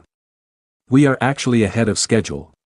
Her master chuckled a bit since his demonic troops, brainwashed monsters and animated soldiers didn't need food or rest like most others. If he so desired, he could easily force them to march all the way from here to yonder in one go if he chose to. Taking the second fortress, would be a vital step in the conquest of Eos.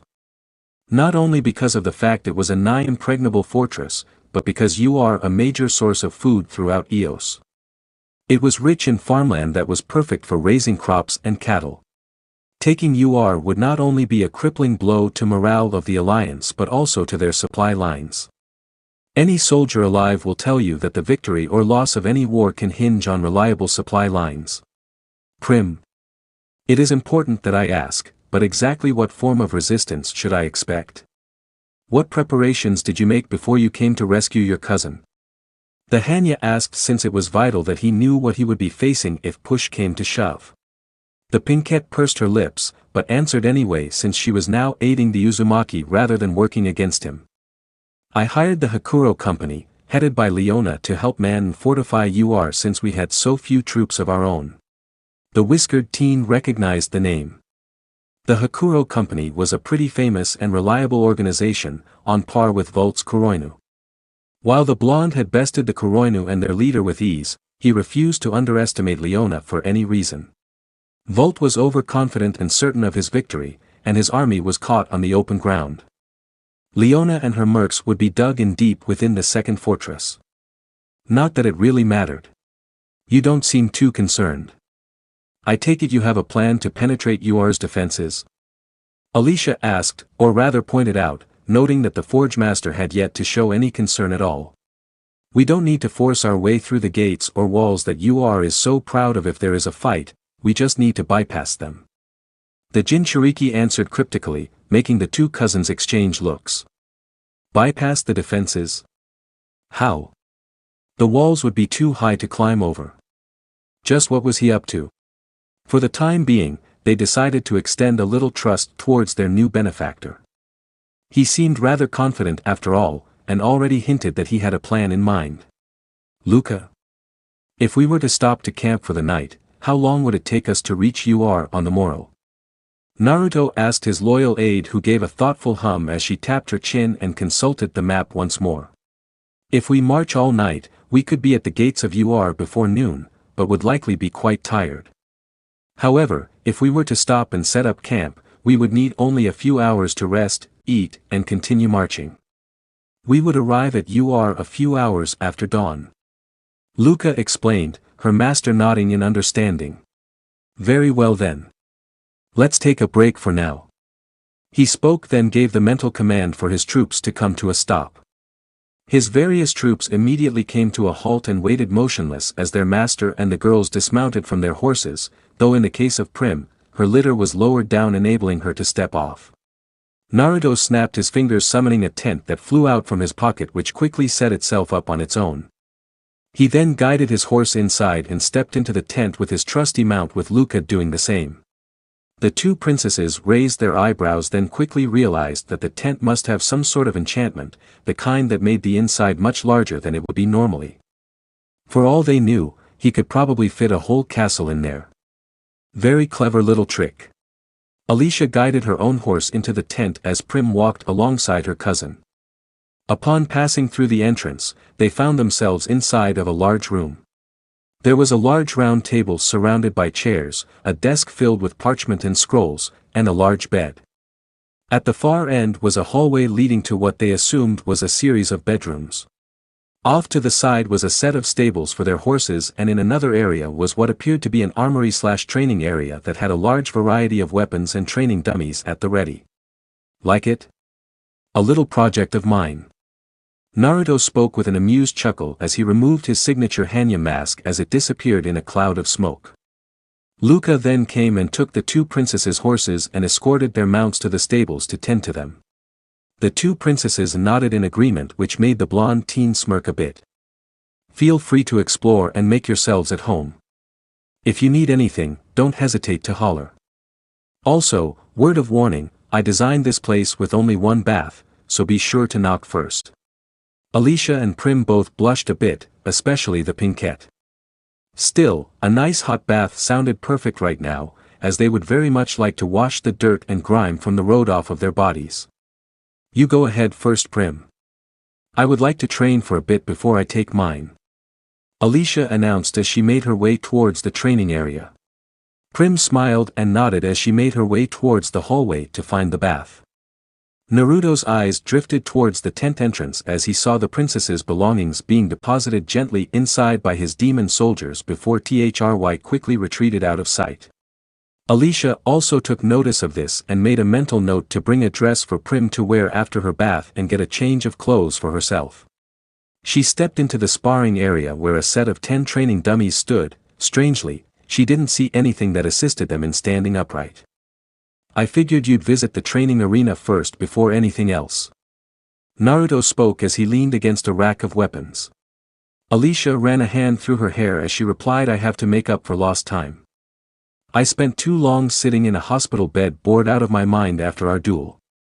I can't afford to get lax. She then noticed something in the center of the sparring arena, some sort of pedestal. She approached it and saw that it seemed to be some sort of mix of archaic and technological pieces. There were various settings as well. Number of opponents and opponent level were the two categories available. Interesting, it seemed she could set how many enemies she fought and the difficulty level. Oh, I think you're gonna like this. Put in the desired settings and when you're ready say, engage training, and when you're done say, disengage training. Easy as pie. The Uzumaki explained with a broad grin since this was a project he was quite proud of. Deciding to give it a small test run, Alicia set it so that she may face a single opponent and set it to an amateur level for safety purposes. It seemed there was even a setting to determine what sort of weapon the enemy would use, which was currently set to random. That was fine with her, so she left it as it was. Engage training. Alicia spoke loudly. All at once, the various training dummies stepped out of the sparring ring, save for a single one that was holding a sword. It adopted an awkward and clumsy stance, making the blonde knight raise an eyebrow. The dummy then charged forward recklessly with its practice sword held high in the air. She quickly sidestepped her opponent and stuck her foot out, allowing it to trip over her foot and fall face first to the ground. Surprisingly lifelike. She noted as the fallen dummy scrambled to its feet and then began swinging wildly at her, making Alicia easily parry and bat away the pathetic and uncoordinated blows. When I began learning the arts of combat, I needed reliable training partners. I didn't wish to harm Chloe when she taught me swordplay, and don't get me started on the ways things could have gone wrong if I sparred with the monsters my mother employed before I erased their minds. Then a simple solution came to mind. If I couldn't find decent training partners, I could just build them.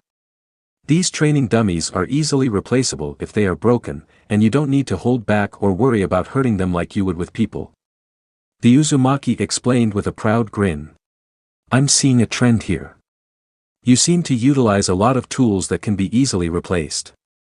First the demons you create, then these dummies. Alicia noted as she casually disarmed her foe, making its wooden sword fly high into the air as it scrambled around trying to catch it. Waste not, want not. I mean no offense to you, but I find it easier to use things that can be easily thrown away.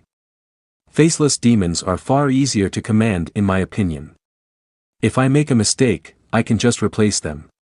They are not like your human soldiers that you have to worry about. I can't imagine the number of letters you must have sent expressing your condolences to the families of fallen soldiers who died serving under you. Naruto explained with a small frown. Alicia tensed up at that. It was true. Before Naruto brainwashed the various monsters of the Legion, they would conduct raids which always resulted in the casualties of her soldiers. She had long since lost count of the times she had personally handwritten letters of apology to her soldiers' families, or personally visited said families if they lived within the walls of her fortress. Most often they were thankful for this, but there were those that blamed her for their deaths of their loved ones. Demonic soldiers. As Naruto had pointed out, they could be replaced. Human lives could not be brought back, and she would never forget the look of despair on a grieving family member's face upon hearing the news. There was also something else. Whenever she sparred with her troops, she always had to hold back to avoid harming them too much. With these training dummies, she didn't have such restrictions. She didn't need to hold back against these things if she didn't want to. Naruto hummed in thought as he observed Alicia's form, watching her casually dance around the dummy she was training with. Something on your mind? She asked, noticing the looks that she was receiving from her fellow blonde, though they didn't seem to be of a lustful nature. She felt a sense of relief that he wasn't gazing at her like a piece of meat to be exploited, but for some reason she also felt an odd sense of disappointment. Wait. Do I actually want him to admire me? She questioned herself before shaking that thought from her head. Sorry. I was just thinking how amazing you look right now. You seem to be truly in your element with a sword in your hand. He complimented with a genuine smile, making the blonde knight blush a bit as she tripped the dummy once again. Gotta say though, and I don't mean to criticize, but when we dueled, I noticed your fighting style relies on speed and agility. However, you must be used to finishing whatever engagements you are in quick and easy. In long and drawn-out fights, your stamina would burn out and you'd be left exhausted. He added, making the girl's eyes widen a bit. He wasn't wrong. Her speed was her best ally, but that was also her greatest weakness. He was right. She would need to work on her endurance. If you want, I have something that can help. He offered as he pulled out a slip of paper, a brush, and some ink. This caused Alicia to raise an eyebrow. Disengage training. She ordered, prompting her sparring dummy to immediately pause as it processed the order before it marched in lockstep to its original position along with the other dummies. What is that? Some form of Taoist magic? She asked with a raised eyebrow since she believed that the priestess Kaguya used something similar. She definitely remembered the Stoic priestess used such papers as a medium for her magic. This is an art known as seal craft back home where I'm from. It's not commonly used because of its highly complex and experimental nature. Even those who are dubbed seal masters are mediocre at best. One wrong line, one critical or even slight mistake and the results could be disastrous. Get it right? These things can be quite useful. What I am going to do is apply a gravity seal to your body to double the weight around you. Training weights will only strengthen your limbs, but a gravity seal? It can help strengthen your whole body. Once you get used to it, imagine how much faster and stronger you'll be when it is released. The Forge Master explained, causing Alicia's eyes to widen. Are you sure this is safe? She asked nervously, a bit hesitant since she had never heard of this kind of thing.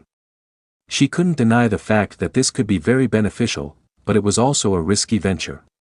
Naruto grinned as he began writing down the seal with the practiced ease of someone who had done it 1,000 times. Don't worry. I wouldn't have offered if I wasn't confident that it was safe. Granted, I heard telltales of some poor fellow who made the mistake of not putting any safety limitations on his gravity seal, which ended up crushing him into paste and, well, the point is, you're perfectly safe. I promise. He answered, making the blonde knight sweat drop. She could have done without that bit of knowledge. You probably could have left that out. She muttered with a small sigh. Still, this was a good opportunity for her. She was still a bit apprehensive, but decided to trust the Jinchuriki, or more accurately, trust his judgment. How exactly does it work? She asked him while crossing her arms beneath her bust. Simple, I apply it to your back, charge it with some of my own energy, and we're all set. Don't worry, I myself use gravity seals to enhance my strength.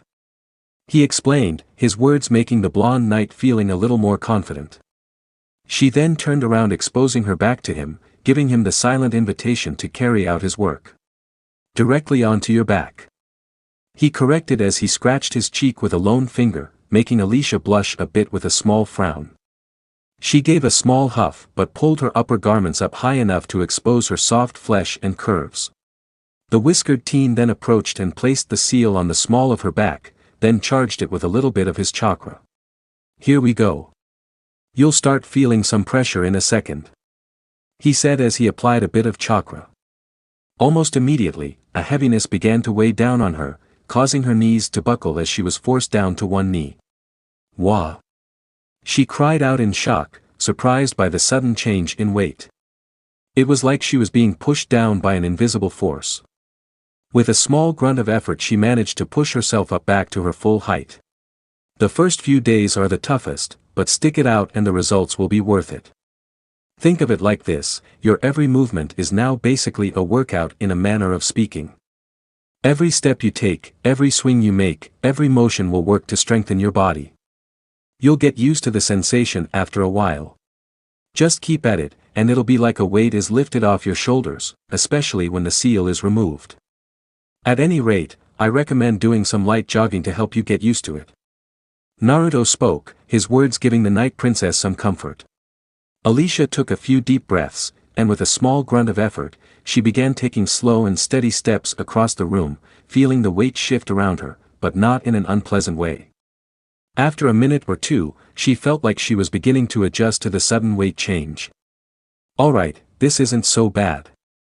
I think I can get used to this. If I can get used to this, imagine what could happen once I've mastered it. She thought with a determined expression. As a knight, she had always tried her best to get stronger to protect those that couldn't protect themselves. With this sudden change in weight, her every action was now a workout. With some luck, her stamina would rise and her endurance would increase as a result. Then she would become a far more effective fighter, and be able to better protect others, especially those she cares about. As the blonde knight began to perform several practice swings with her blade, Luca appeared by her master's side. Naruto-sama, the horses have been brushed and fed. Shall I see to tonight's dinner preparations?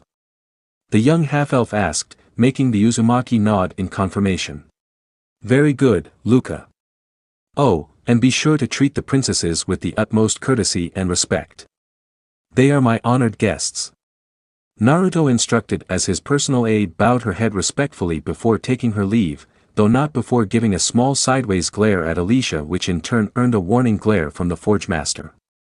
Luca sighed and disappeared around a corner, making the blonde knight raise an eyebrow. She's not very fond of me or Prim, is she? Alicia asked the Uzumaki, her question being met with a nod. He supposed that he should have expected this. Some scars don't fade or heal very easily, and Luca is especially wary of humans. She and Chloe were both victims of slavery. She was initially hostile to me, but she warmed up to me and became rather fiercely dedicated. She is worried that if I form relationships with others that I may forget about her. She also still holds a lot of contempt for other humans. He explained with a sigh, making the blonde knight frown. I am not like those sorts of people. Alicia muttered as she tightened her grip around her blade, seething at how anyone could possibly be so callous towards the lives of others and shackle them into slavery. No, but you're a human. If I hadn't rescued Luca, she would have become the plaything of some scummy lord or nobleman.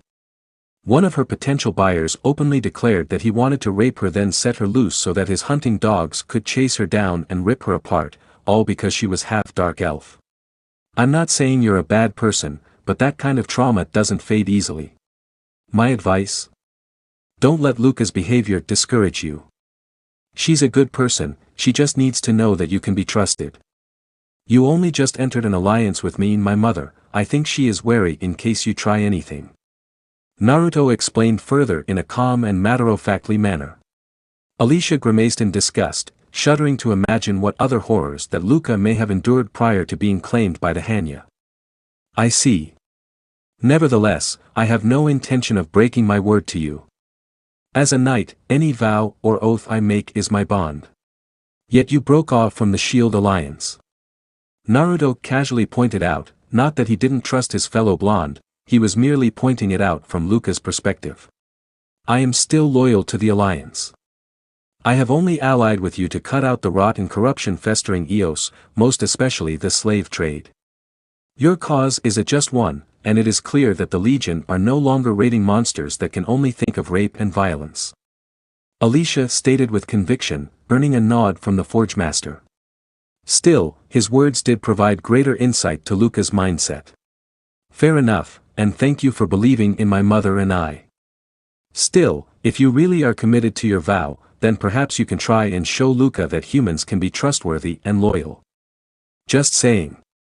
At any rate, I'll leave you to your training, let me know if you want a little one-on-one sparring. By the way, you have a very nice and slender figure. My compliments. He commented, his words making the blonde knight tense and blush a bit, though he did not mean anything lecherous. Shut up. Don't go saying stuff like that. She stammered in embarrassment, not sure if he was being genuine or if he was trying to tease her. The Jinchuriki smirked at the response before leaving, allowing her to continue her training. He cut a glance towards the princess's belongings and wondered if Prim was in need of a change of clothes. He decided to bring her a set just in case. If she needed it, then great, if not then no harm and no foul. He picked up a light pink dress with a matching set of silk gloves and stockings, a rose gold tiara, and a set satin pink shoes. Alicia failed to notice him leaving with the articles of clothing as she resumed fencing with one of the automated training dummies as the Uzumaki made his way towards the bathing area. He came up to a set of doors and knocked 3 times on it, waiting patiently for an answer. Yes. Alicia-chan. Is that you? Are you already finished training? The pink-haired princess asked, expecting her beloved cousin. Nah. It's Naruto. I just came by to drop off some clothes for you if you needed them. He called back through the door, opening it just a teensy bit so his voice would more easily be heard. Please come in. She replied back, inviting him inside. He wasn't expecting her to grant him entry while she was bathing, but if she invited him then he had no reason to refuse. He stepped inside the bathing chamber. It was a large and barren mausoleum. The only things of note inside was a bench, a bin for depositing clothes, a rack for towels and bath robes, and of course the large bath itself which seemed like it could easily fit up to 20 people comfortably, a tray of various shampoos, soaps and scrubbers. The tray in question lazily floated about and was enchanted to prevent the objects placed on it from falling over. Prim already had a towel wrapped around her body as she sat in the water, sighing contentedly. The towel clung to her body rather tightly, giving Naruto a clear view of her soft curves and supple breasts. While Alicia's body was trained for combat, Prim's body was of a softer and more pampered type, and yet her skin was flawless and her frame was slender and delicate. Her face was smooth and free of imperfection, her pink hair was smooth and silky, and her eyes were a vibrant blue. She was the epitome of grace, elegance, beauty, and purity. It was no wonder Alicia was so protective of her. If there was ever a stereotype of a fairy tale princess, Prim would definitely fit the bill. The blonde teen set Prim's change of clothes to the side on a nearby bench as she spoke up. Please don't be shy. Come closer if you wish. I did permit you entry, did I not? Yeah, but I didn't think you would let me in while you're bathing. I figured you would prefer your privacy. I'm actually quite surprised. You don't even want me to conjure a partition? He asked at the end as he slowly walked towards the bath, keeping his gaze mostly focused on her face and not on her large bust. It is quite all right. I do not mind. I actually wish to speak with you, and I do not want to do so through a door or behind a screen. I want you to see me and know that I am speaking from the heart. I can only hope that you will reciprocate that. The pinkette stated calmly, her voice holding a hint of warmth. He chuckled and sat by the water's edge, keeping his eyes locked onto her face since he didn't wish to ogle her like some sort of pervert while she bathed. For a brief moment, he remembered the various times the women from his old village would scream in outrage whenever someone peeped on them, though in this case, Prim already gave her consent. Even so, he didn't wish to disrespect her or make her uncomfortable. If you like. Did you enjoy traveling on a litter? He asked in order to make some small talk, his question earning a delighted smile from the pinkette. Oh, yes. I enjoyed it very much. It is far less confining and stuffy than a carriage, and the fresh air was so soothing and relaxing. She replied, recalling the feeling of the cool wind caressing her skin and the beautiful and majestic landscape passing by as she was carried atop the shoulders of Naruto's demon soldiers. She then cleared her throat and spoke. If you do not mind, I wish to ask, what will become of UR? More specifically, once you conquer UR, my fortress, who will be in charge? Without hesitation, the Uzumaki replied, you can stay in charge if you want to. It'll be an easier and smoother transition for the people if a familiar face is in control. Plus, you are well loved and popular amongst the common folk, so that will work to our advantage. Honestly, I don't see any real reason in rocking the boat, so to speak. Me and my mother considered asking Alicia if she wished to remain in charge of her fortress, but we figured that your cousin would prefer to be on the front lines. No disrespect meant to Alicia, but she doesn't strike me as the administrative type. His words earned a small giggle from the pinkette as she replied, that is true. Alicia would go mad from the paperwork within an hour. Nonetheless, I am glad to see that you have the people in mind. You're right, it'll be an easier transition for the Legion's control and dominance if I were to continue leading UR. He nodded with a small smile. Yep. We can't really expect people to follow us if they don't trust us, and they won't trust us if they fear us. We're going to need some goodwill, and that starts with you and Alicia. If they know you're our willing allies, then we can start changing things around here, preferably for the better. She gave a warm smile of agreement as she relaxed in the water, satisfied with his response. She then stared up at the barren ceiling and asked Naruto. I mean no offense, but your bath chambers are quite bland. She stated as she gestured to the barren chambers. The whiskered teen snapped his fingers as he spoke. Oh, right. I forgot to tell you. Here, watch this. Environment setting, starlit night. He called out, and in the blink of an eye, the room was bathed in a myriad of different hues of blues, purples and blacks, and the ceiling was painted with a stunning display of stars and galaxies, each twinkling in the sky. Incredible. Prim gasped in awe, taken aback by the sudden shift.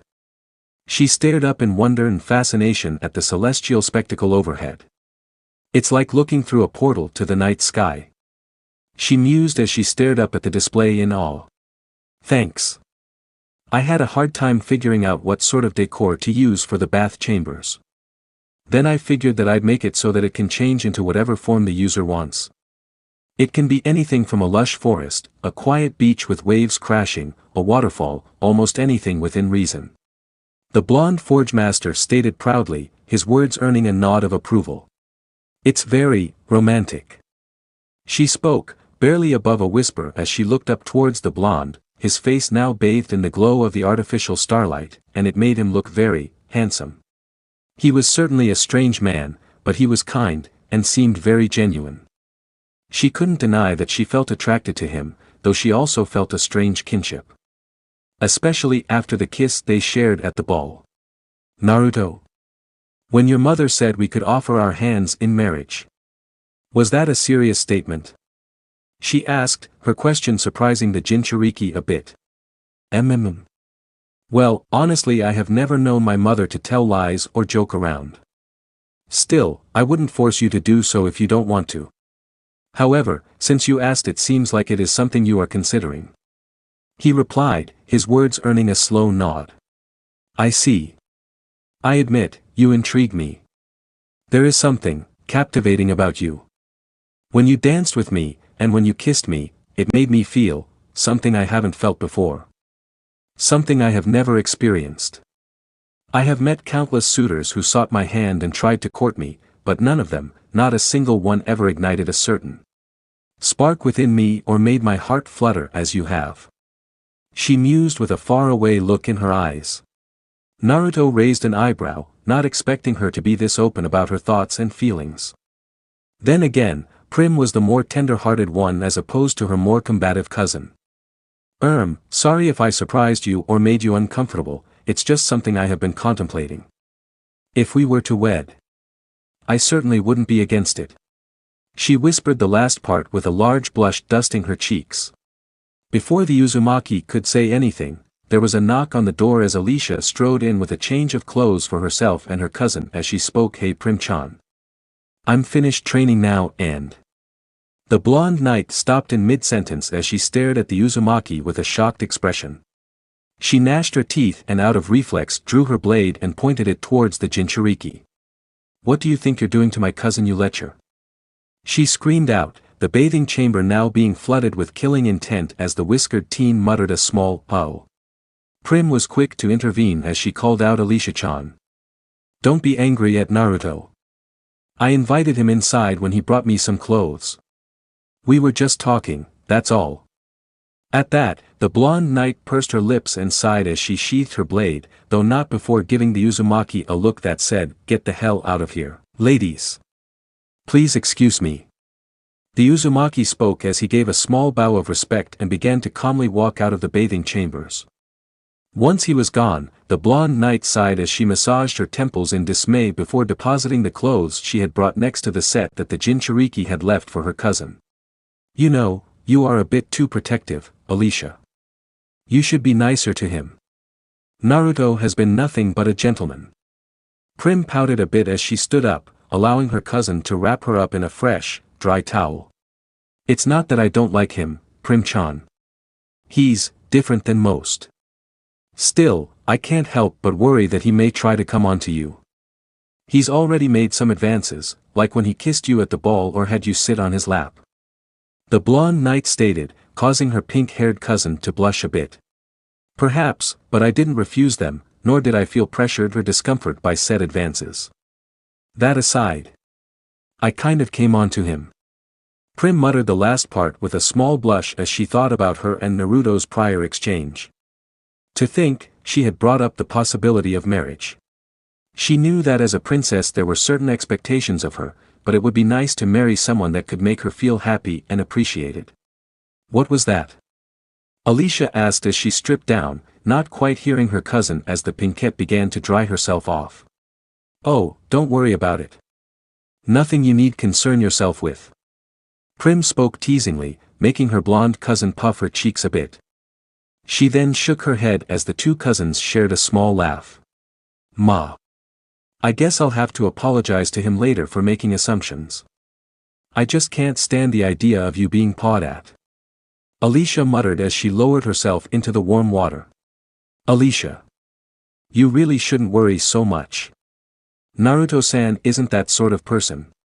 I am fairly certain he has already proven that fact, unless... Prim spoke with a thoughtful expression then left her sentence hanging as she began to dress herself, starting with putting on her stockings. Unless what? The blonde knight asked with a raised eyebrow, wondering what her cousin was getting at. The pinkette seemed to consider her words as she slipped on her dress. I am currently thinking of two possibilities. Either you are waiting for him to prove he is not what he claims to be so that you may justifiably cut him down, or you are attracted to him and feel jealous whenever he does flirt with me. Has he not flirted with you? Prim inquired as she took a seat and began to brush her hair. What? Jealous? Me? Preposterous. I am a proud knight and princess. I'm not some blushing maid who swoons over the first guy who gives me a second glance. Alicia spoke in denial while her cousin giggled. You sensed a connection too, didn't you? Don't forget, I was there too at the ball when you danced with him. A part of you enjoyed it. I think perhaps you should be more honest with your feelings and to yourself. I remember the day when you first took command of the troops at the first fortress. Many of the men gave you odd looks. They said things like, a princess as a knight? What a joke. So you worked hard to prove yourself that you weren't some helpless maiden but a powerful knight as well. You did this so that you wouldn't feel belittled or looked down upon, and perhaps, even to earn their respect. It is the same here, I think. You feel a certain attraction, and you are afraid. You are afraid of not being seen as a knight, or of being looked down upon as a woman. Prim mused aloud, her words earning a small frown from her cousin. Being able to love isn't a weakness. You are able to fight so hard because you love and care for me and our friends. If you are able to find someone that makes your heart flutter, that makes you want to charge across a chaotic battlefield, risking life and limb so that you may hold him, or be held by him, then embrace it. Do not let fear or stubbornness cloud your heart and keep you from finding happiness. Trust me, it's better to be honest than to suffer in silence. Prim stated with an endearing smile, her words making Alicia sink deeper into the water, until suddenly the blonde knight emerged from the water with a loud splash. She quickly snatched up her sword and marched out of the bathing chambers while nude. Prim was shocked and hurriedly slipped on her shoes as she shouted, Alicia-chan. Wait. You're not dressed. Her blonde cousin seemed to ignore her as the pinkette lifted up her skirt and began to chase after Alicia. The two cousins saw Naruto was polishing his trademark Hanya mask near the training area as Alicia marched up to him with a clear purpose in mind. Naruto Uzumaki Discordia. I, Alicia Arcturus, hereby challenge you to a duel. The blonde knight called out as the forge master raised an eyebrow in surprise as if silently asking what brought this challenge on. Sensing his unspoken question, she began to explain, I am not sure if you know this, but it is said that when two great warriors clash that they can read each other's thoughts and feelings with no words needing be exchanged. I wish to cross blades with you once more so that I may peer into your heart. Only by crossing swords can one truly see another's true self. I shall accept no excuses or refusals. She stated with determination, causing the Uzumaki to stare at her for a few brief moments before a large grin formed on his face. So that's how it is. I have heard the same thing back at my old homelands. Our previous exchange was a rather brief one, so now you wish to confirm it for yourself in the way of the warrior. Fine then, I happily accept, but do you mind if we put this duel on hold until after dinner? He asked at the end as his stomach rather humorously began to growl and roar in hunger. At this, Alicia blushed a bit, not expecting him to react so casually. She was expecting him to say, Are you sure you wish to duel me, princess? Or are you afraid? But instead, he accepted without any sort of hesitation or arrogance. Then again, from the time they had first met, he had never used empty boasts to bolster himself. He was straightforward and honest, a trait that the blonde knight could not help but respect. Yes, very well. Alicia conceded, not really expecting the forge master to have accepted her challenge so easily, not that it was a bad thing. Oh, and, do you intend to join us for dinner and duel me while in the buck? He asked teasingly, making his fellow blonde realize for the first time that she was indeed naked. Kaya. Alicia let out a cry of surprise and embarrassment as she ran off back towards the bathing area. Naruto blinked a few times in surprise as Prim covered her mouth and began to giggle a bit. Oh, Naruto-san, you have no idea how much you've embarrassed her. The pinkette mused with a teasing grin with the Uzumaki running a hand through his spiky blonde hair. In my defense, she kinda set herself up with that one. He muttered with a small sigh, though the small smile on his face showed his amusement. Dinner was definitely going to be interesting to say the least. Meanwhile, Jeffu, the White Citadel. Any news on those robberies? Celestine asked as she brushed her hair, her faithful bodyguard Claudia sadly shaking her head negatively as she replied, I have done a thorough search for anyone within and without the rankings of the church's soldiers for a man with a crescent-shaped scar as the victims and witnesses have described, but have found nothing. Either the charlatan retreated into hiding upon learning of his potential exposure, or more likely his cohorts made him vanish. The high elf frowned at this news and sighed. She had hoped that they would have caught the perpetrator by now, that the matter would be settled, and more importantly that the people would feel safer and more secure if the criminals were caught. However, it seemed like they may be chasing after a phantom. Has your father-in-law dispatched additional troops to UR? The Legion could attack again at any time. Celestine asked, knowing that the mercenaries that Prim hired wouldn't be able to hold out by themselves. Yes. I received notice earlier today that reinforcements are on the march to UR and that further reinforcements will be sent when they are ready. I assure you, we can and will win. Claudia spoke with confidence, the Valkyrie feeling assured that the Legion army's growing confidence and aggression would be their own downfall. No doubt they would stretch themselves thin in their conquest of Eos, and in doing so give the Alliance time to regroup and crush them once and for all. There was a long silence as Celestine then spoke. Please make arrangements to being storing preserves and rations in case of food shortages. At her order, Claudia raised an eyebrow. Celestine-sama? She questioned, wondering what may have brought this on. At her question the high elf clarified, I know you have faith in our military and the Alliance, however, we should prepare ourselves in case UR does fall. The second fortress supplies a lot of food throughout Eos. If it were to be conquered, then it is only a matter of time before people begin to go hungry. We should take precautions now while we may yet have time. Wise words, I shall make preparations immediately.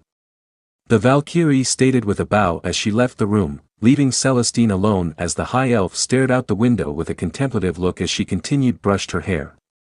All of a sudden she heard the sound of an impact, making her jump slightly as she quickly turned around to the source of the noise. It came from her wardrobe. A dent was in the wood and next to it was a rock with a note tied tightly to it. It seems that someone had thrown the stone into her room and it had bounced off her wardrobe, hence the noise. She gingerly picked the stone up and removed the string that kept the note in place before reading the contents. The note said as follows, you have much bigger problems than robberies and stolen coin.